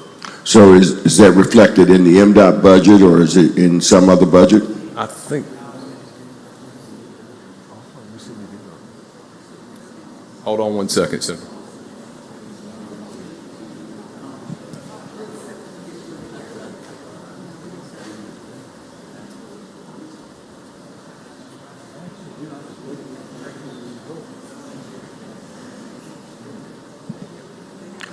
David. Okay.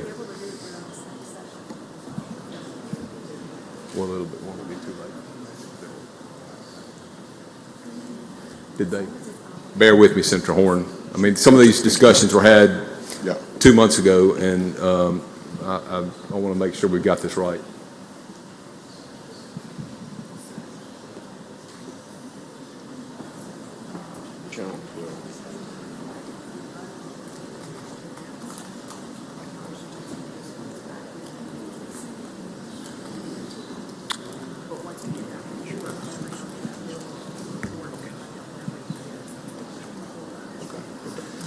All right, my apologies. We did propose that.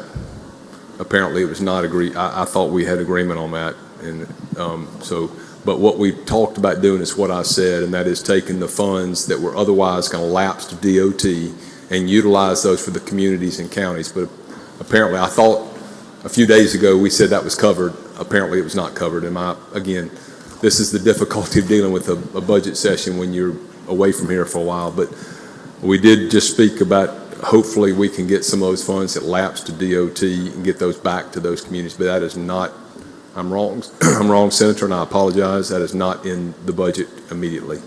And I thought it was.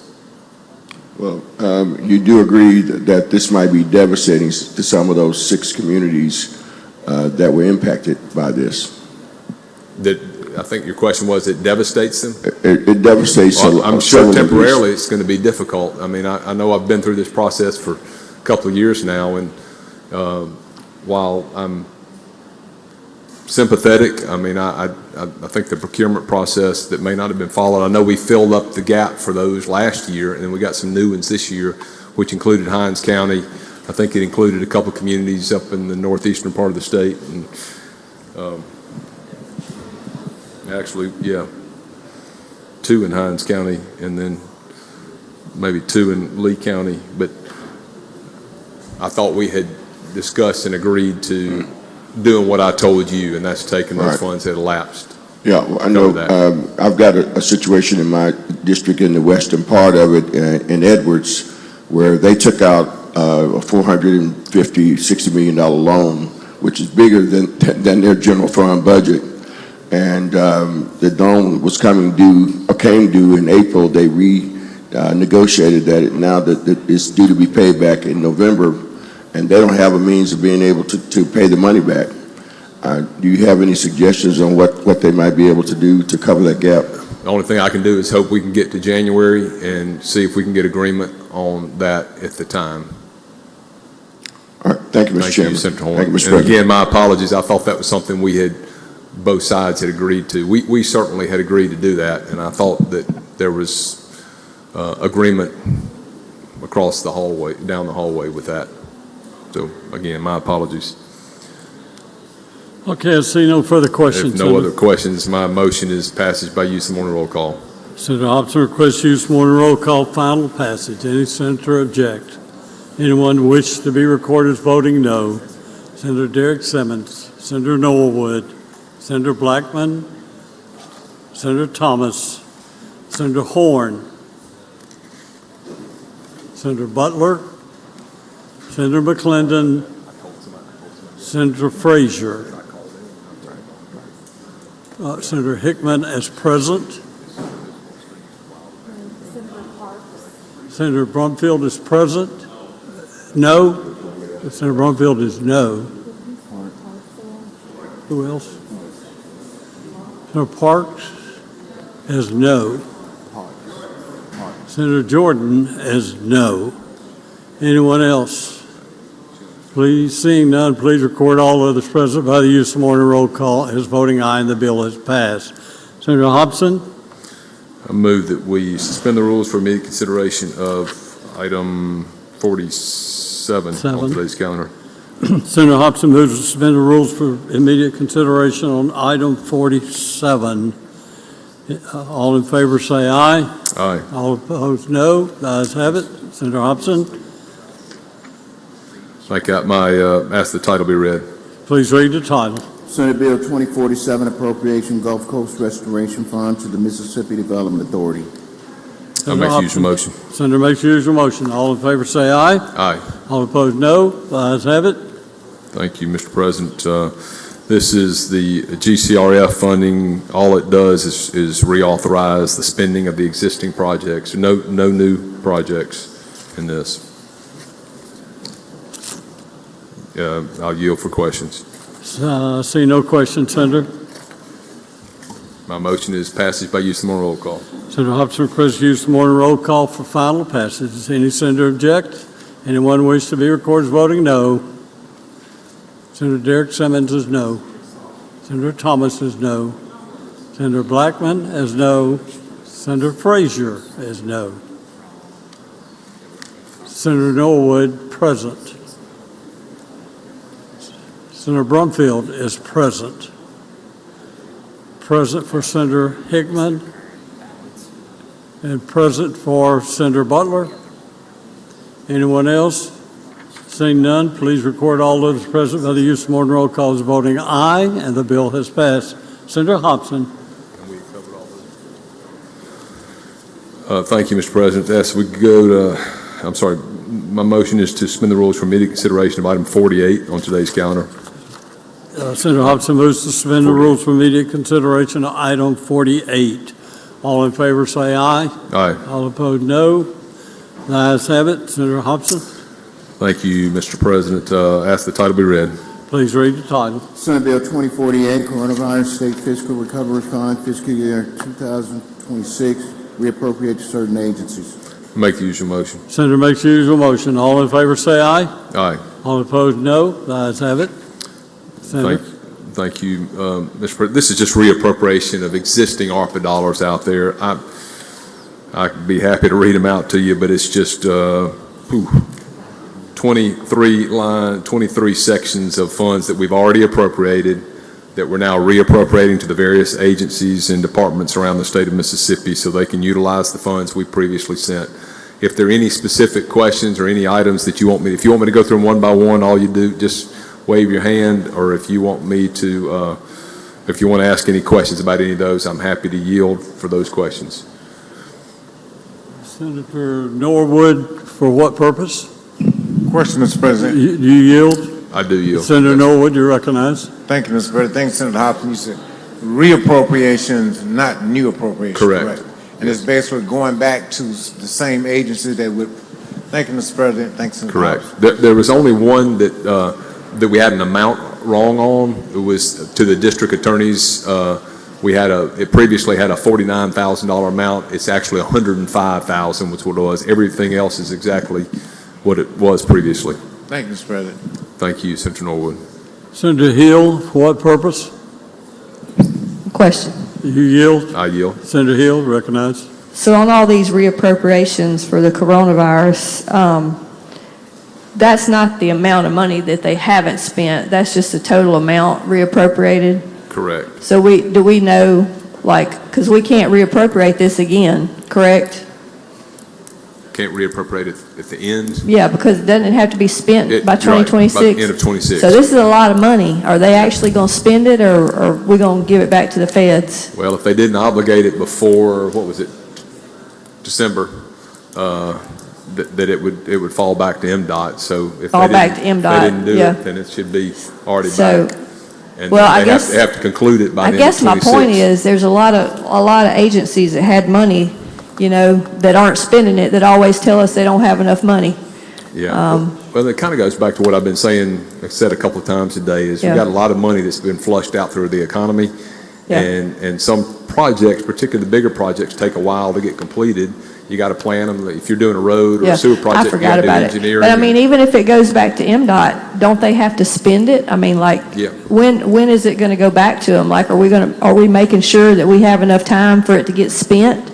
Yeah, MDOT, well, when we dealt with this last year, the one thing that MDOT said they could do, they could obligate those projects and get them spent quick on smaller things. They could take a project that was already underway and they've done the planning on, they can put it to work right away. So, based on what they told us, Senator, that's, So you think it'll get spent? I mean, that's just not...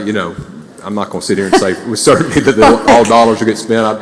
I would be shocked if every state in America got all their dollars spent without having to send some back. But Yeah, I would be shocked too. I hope we get most, if not all of it, spent. Okay, thank you. Appreciate it. Thank you, Senator Hill. Okay, no further questions. Senator, motion? Seeing no further, motion just passes by use of morning roll call. Senator Hobson requests use of morning roll call, final passage. Any senator object? Anyone wish to be recorded as voting no? Seeing none, please record all present by use of morning roll call as voting aye, and the bill is passed. Senator Hobson. I'm going to ask that we suspend the rules for immediate consideration of item 49 on today's calendar. Senator Hobson moves to suspend the rules for immediate consideration of item 49. All in favor say aye. Aye. All opposed no. The ayes have it. Senator Hobson. Read the title. Ask the title to be read. Please read the title. Senate Bill 2049, State Budget Process, revised provisions related to and transfers certain funds. Senator Hobson. Make the usual motion. Senator makes the usual motion. All in favor say aye. Aye. All opposed no. The ayes have it. Senator Hobson. One moment, Mr. President.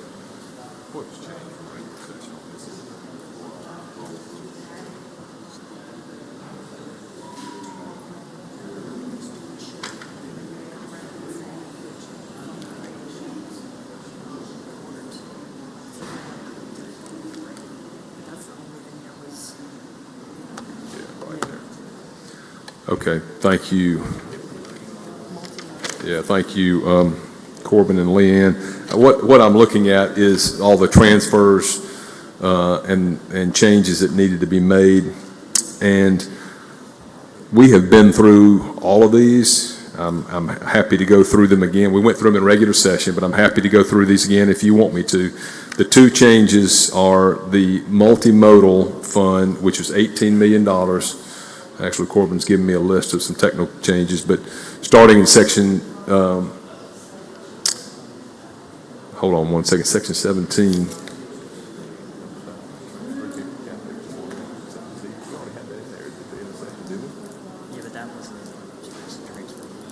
Okay. All right. If you've got your bill in front of you, let me start on Section 17. The rest of these we've already covered before. Section 17, I think we covered before, but it transferred $350,000 from the CapEx fund to the Board of Animal Health for Disease Response Fund. Section 18 transferred the $18 million that we agreed to in negotiations for multimodal projects in the state.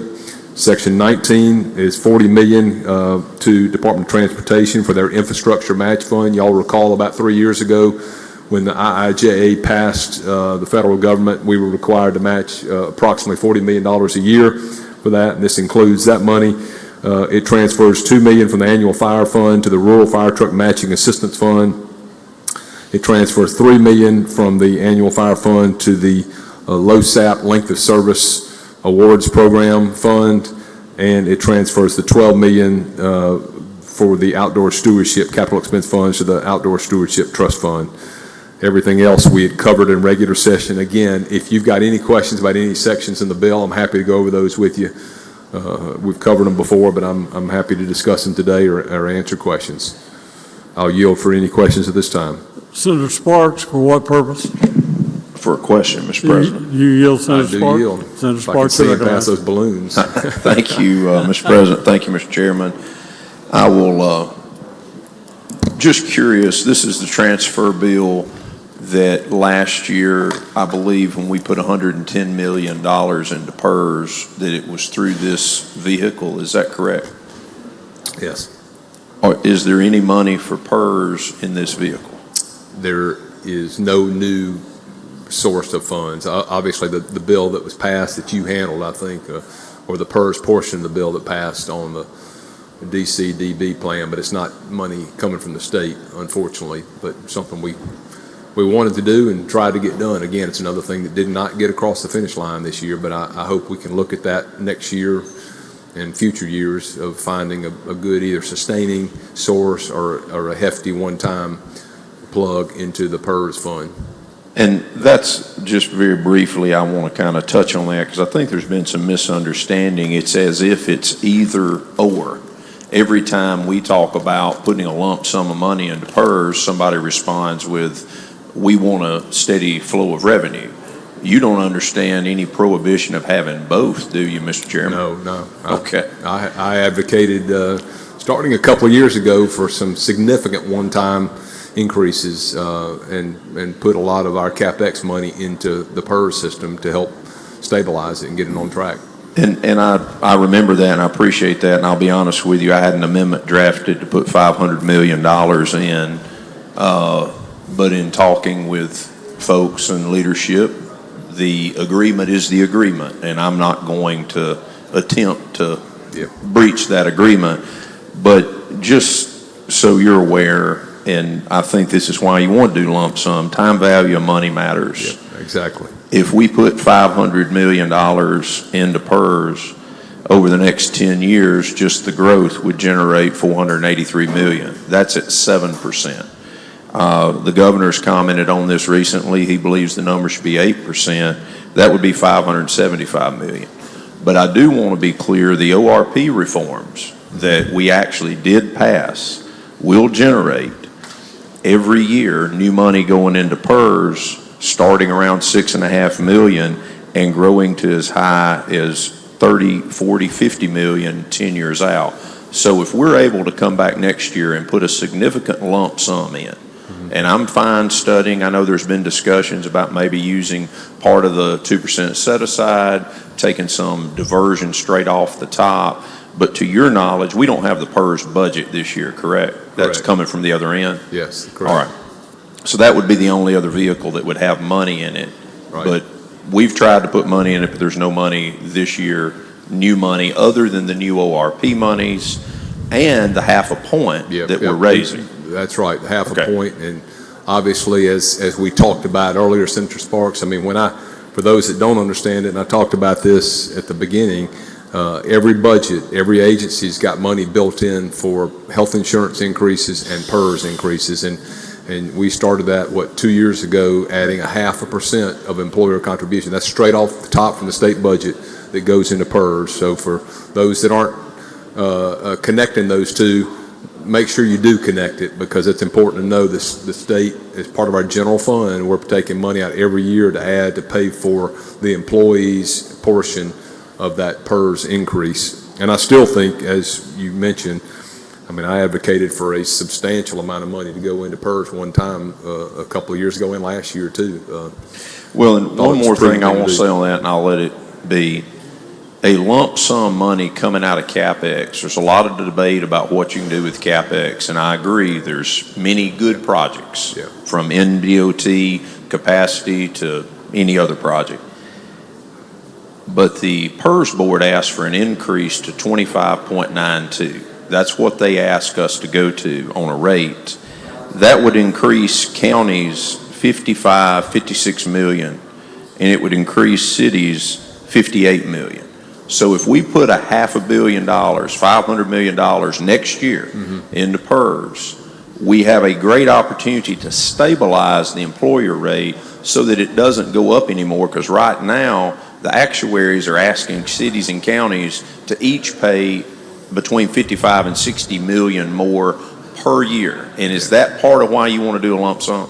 Well, yeah, obviously, if we'd have put it in a couple of years ago like I wanted to, that 500 million would be 800 million maybe now with returns, some of the returns we've had. I know we've had some downturns in the economy, but you got to expect, based on anticipated rate of return, we'd be a couple of $100 million ahead of where we are now, and for sure. But anyway, that did not come to pass, and I'm glad. I really appreciate the work you put in this year to make sure you've analyzed the issues that we got to deal with, and then also to let's look at a funding source, either one time and or a continuing source of revenue to help our PERS system until we can get it stabilized. And once we get it stabilized, then we've set the parameters now, I think, that can keep it going strong. But get it stabilized, then hopefully that's one issue that we can take off the board we got to deal with.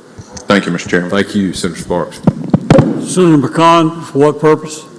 Question. Do you yield? I yield. Senator McCon, you recognize? Mr. Chairman, there's in here in this transfer bill, there's some money on the outdoor stewardship program, and that's been an ongoing program for we built it up within the last 6 years. In the last round of projects, there were some projects in there that definitely were more coastal projects. My question is are we looking at these projects? Are we looking at the amount of money that's being put in these things? Because originally that was for outdoor stewardship across the state and not for a pier on the coast when there's Go Mesa and Tidelands. And I understand we haven't spent that money. We're not spending it this year for Tidelands and Go Mesa. But as we move forward, and I spoke to the chairman here and some other people that are on that committee, that we would like to be sure that that money starts going towards the things it should be going towards, and not just some coastal restoration efforts on the coast. Is there a question in there? Have you looked at it to see, are we looking towards trying to be sure that goes to the right direction? Would be my question, Mr. Chairman. Senator McCon, I mean, I look at when they announce who and where the projects are going, but I have not focused on what parts of the state and how that compares to other parts. I guess probably could get a list over the several years that they've been doing that and see where the projects are going and get some idea. And again, I think some of that's based on, I don't know all the intricacies, but I think some of it's based on the applications and the ability for them to pull down outside funds. And that program is set up to pull down federal funds and other outside funds. So I got to believe they look at where they're getting the most bang for their buck. But I do think it's worthwhile, as you suggest, I believe you're suggesting, to make sure that it's not concentrated in, one or two particular areas. Is there any type of oversight? We don't have to approve those projects. They get to approve the projects and then move forward. Is that right? Yeah, I mean, I think that, I'm not suggesting this, but I mean, certainly if it became a problem, either let them know, that board know that they need to address it, or the legislature can always pull it back and just say, we're going to a different mechanism where we can help draw down funds, and we allocate it or appropriate it here, or some other means it's appropriated to get the most bang for the buck, and maybe if in fact we're not diversifying enough around the state, that we could diversify better. And I really don't have a problem with some of the projects on the coast, so long as they're not just rejected from other sources, and now we're going after additional funds out there. So as you said, maybe put them on notice. This would be my notice, and I'm sure it would be of record now. Thank you, Mr. Chairman. Thank you, Senator McCon. If no other questions, I suggest passage by use of morning roll call. Use of morning roll call has been requested. Anyone object? We're voting no. Simmons, D. Blackman. Anyone else? Anyone else? Seeing none, bill passes. Noes noted. Senator Hobson. I move that we suspend the rules for the immediate consideration of item 50 on today's calendar. All in favor signify by saying aye. Aye. Opposed, no. The ayes have it. Ask the title be read. Mr. Clerk, please read the title. Senate Bill 2050, Special Funds, revise and create certain within the State Treasury and transfer funds to. Make the usual motion. Usual motion. All in favor signify by saying aye. Aye. Opposed, no. The ayes have it. Senator I Hobson. recognize Senator Michelle to explain. Senator Michelle, you recognize. Thank you, Mr. President. Mr. Chairman, Senate Bill 2050 is enabling legislation that coincides with the bill that Senator Hobson described a little while ago, Appropriation Bill 2044. It deals with funds that were passed in 2022 in an amount of $13 million that went through the Department of Wildlife, Fisheries, and Parks. And the governor vetoed that bill because there was some of the funds that he felt like would be spent on renovations of the golf course that he was not in favor of. So what we have before us now is the money last year was sent to the Secretary of State's office. Senator Hobson explained all this. And now we're transferring these funds to the Department of Finance and Administration. And again, we just passed this appropriation bill in bill number 2044. So section 2 sets up the transfer of the funds of the $13 million to the Land Improvement Fund, and also stipulates that none of the funds can be used for renovations to the golf course. Section 3 creates a fund known as the LIFT at the Mississippi Children's Museum. LIFT is an acronym for Learn, Inspire, Fulfill, and Teach. And Section 4 transfers the $5 million in funding to the LIFT fund. The good news is when we discuss the $5 million transfer, that's not the total cost of the improvements to the building. Total cost is $22 million, and $17 million of these funds will be raised through private sources. So the state's going to get a bargain and a great match by putting up $5 million for a $22 million facility. Move passage by the use of the morning roll call. I'll be glad to give for any questions. Questions on the bill? Seeing none. Senator? Move final passage by use of the morning roll call. Use of the morning roll call being requested. Anyone object? Voting no. Blackman? Barrett? Jackson? McClendon? Berry? Turner Ford? Hill?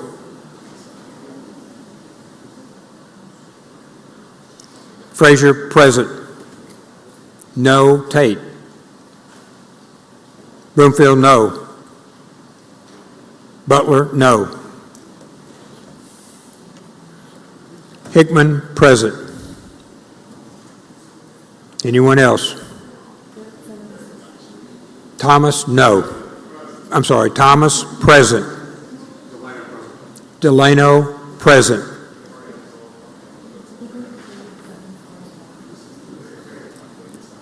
Simmons, D, present. Simmons, S, present. Anyone else? Anyone else? One moment, please.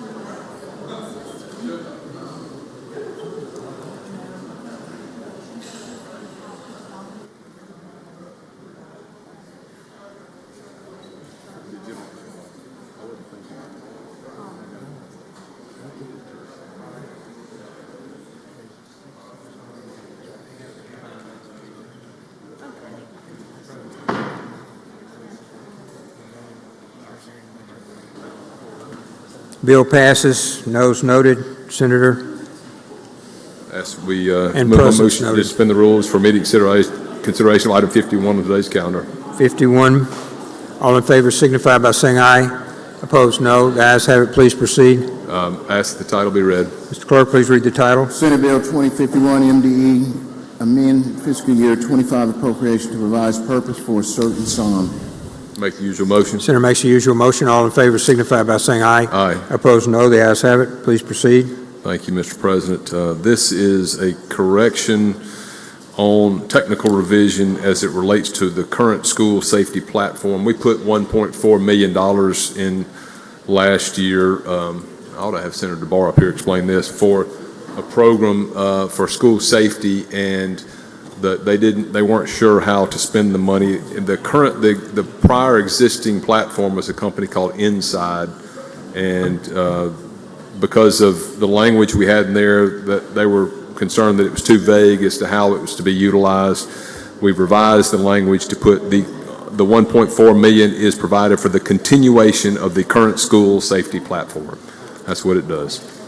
I'll yield for questions.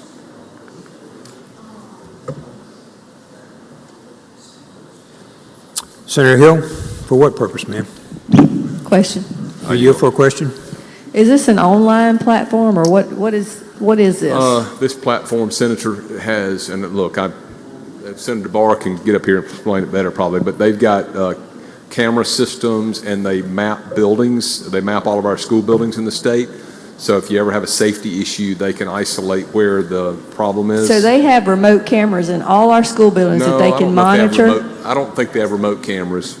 It's got to be approved by the school board, and that's why I said I should have gotten Senator DeBar up here, because this is last year when I looked at this program, but they've got a system that your local school boards have to approve it, and it maps your buildings. It's for safety. So it's like a grant program, or? No, yeah. ARPA funds were utilized, and Senator DeBar, I would yield to you if you remember the details of the program. This is more of a technical correction. We put the money in. This is not new money. I got it's just changing up. I'm just curious as to what it does. Try to identify where it goes. And do you need to get Senator DeBar up here to answer his questions, or do you want to ask him either way? I'll just vote present because I don't know what it is. Thank you. Thank you, Senator Hill. Questions?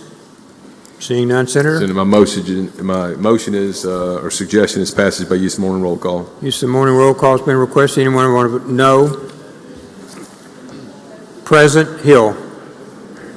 Present, Simmons. No, Blackman. Present, Hickman. Present? Present? Brumfield. Anyone else? Present, Jackson.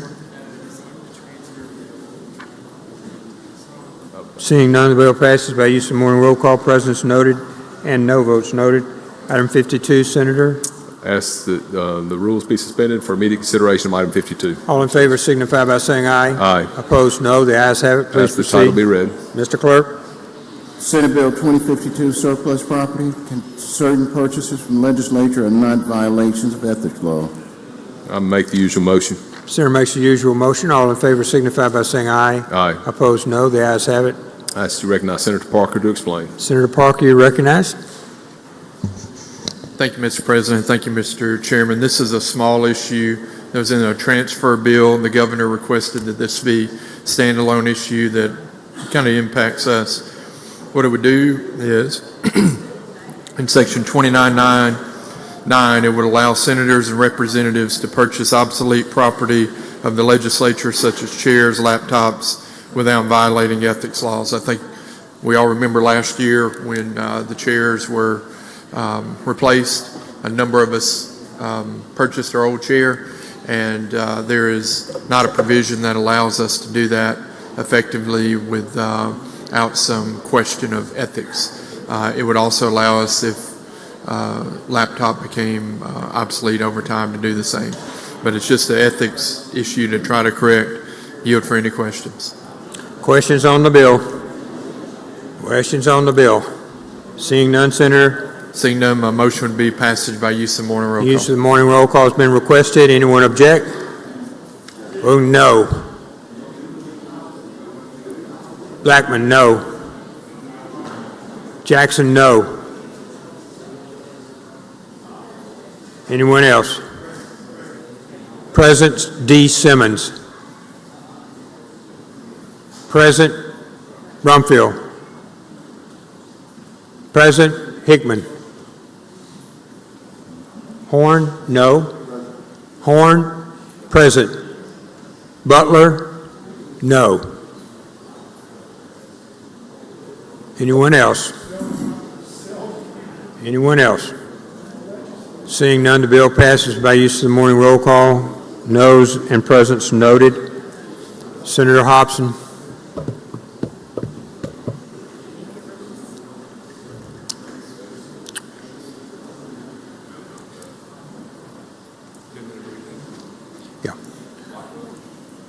Senator Hobson, it's been a very trying, to say the least, budget process. Thank you for all your hard work, you and Corbin both. I think we owe Senator Hobson a vote of approval.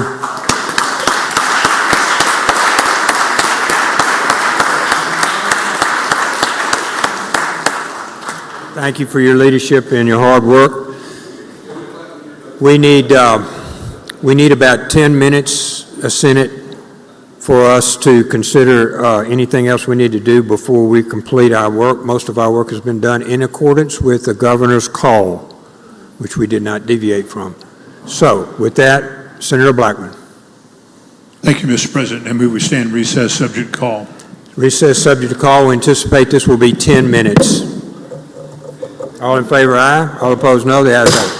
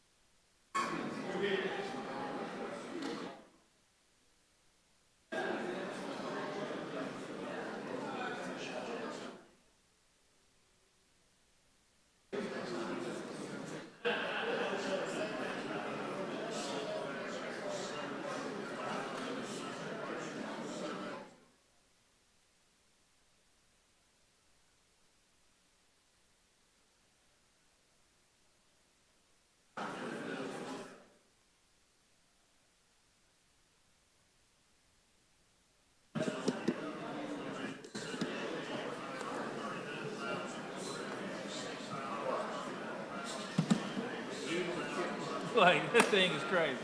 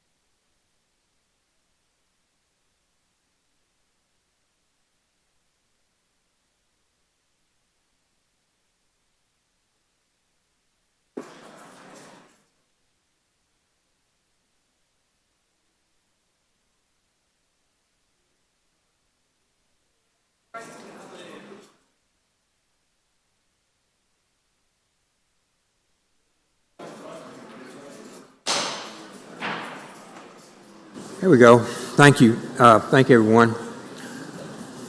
Senator Wiggins, your light is on back there. Are you good? Okay. Thank you very much and appreciate everybody's patience and their hard work today. The House is considering bills. At this particular point in time, the Speaker has determined that you can either ask questions or you can read the bill. And so they have a device reading the bill. So we anticipate that they will be completed with their process sometime around 5 o'clock. So we're going to ask for Senator Blackwell here. Before we do that, I'd like for Senator Hobson to be recognized. President, first I'd like to ask for immediate release on all the bills that we passed earlier today. May release is requested. Seeing no objection is granted. Thank you, Senator Hobson. Thank you. And additionally, Mr. President, I have a business meeting with some prospects for Mississippi that will require my time and attention over the next little bit, so I will have to step out. But I have designated Senator DeBar to handle all appropriations committee meetings and bills on the floor. And the subcommittee chairs, be prepared to handle your bills on the floor too. So I have put that in writing too with my assistant, Christy Simmons. And so that's what I wanted to make sure everybody was aware of. Thank you, Mr. President. Thank you, Senator Hobson. Thank you for your hard work to get us here. Looking forward to getting the House bills here and quickly going over those with each of you so you have the ability to address those in our Senate side, that you have the ability to ask questions should you so desire. Okay, with that said, Senator Blackwell, you're recognized. Thank you, Mr. President. I move we stand in recess till 5 p.m. Till 5 p.m. All in favor signify by saying aye. Opposed, no. The ayes have it.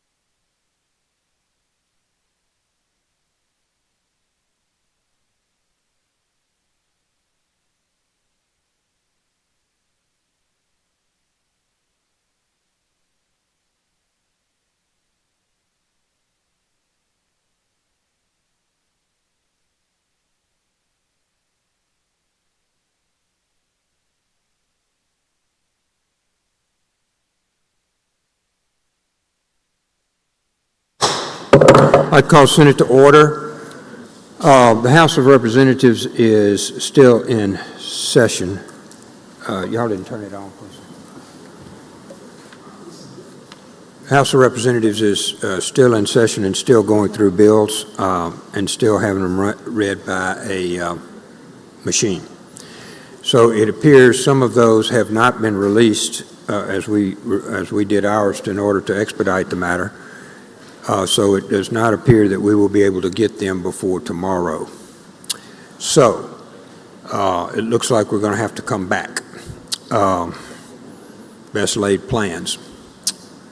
So there's not much we can do about that. What I want to do is they've got to finish their bills and whatnot. Some of them have been held, so the earliest we could get them is sometime mid-morning, I guess, or late morning. So we will come back in and hope the bills are here and we can address their bills and then return them quickly to the Senate or to the governor for signature. So we're going to have to come back in the morning, and no way around it right now.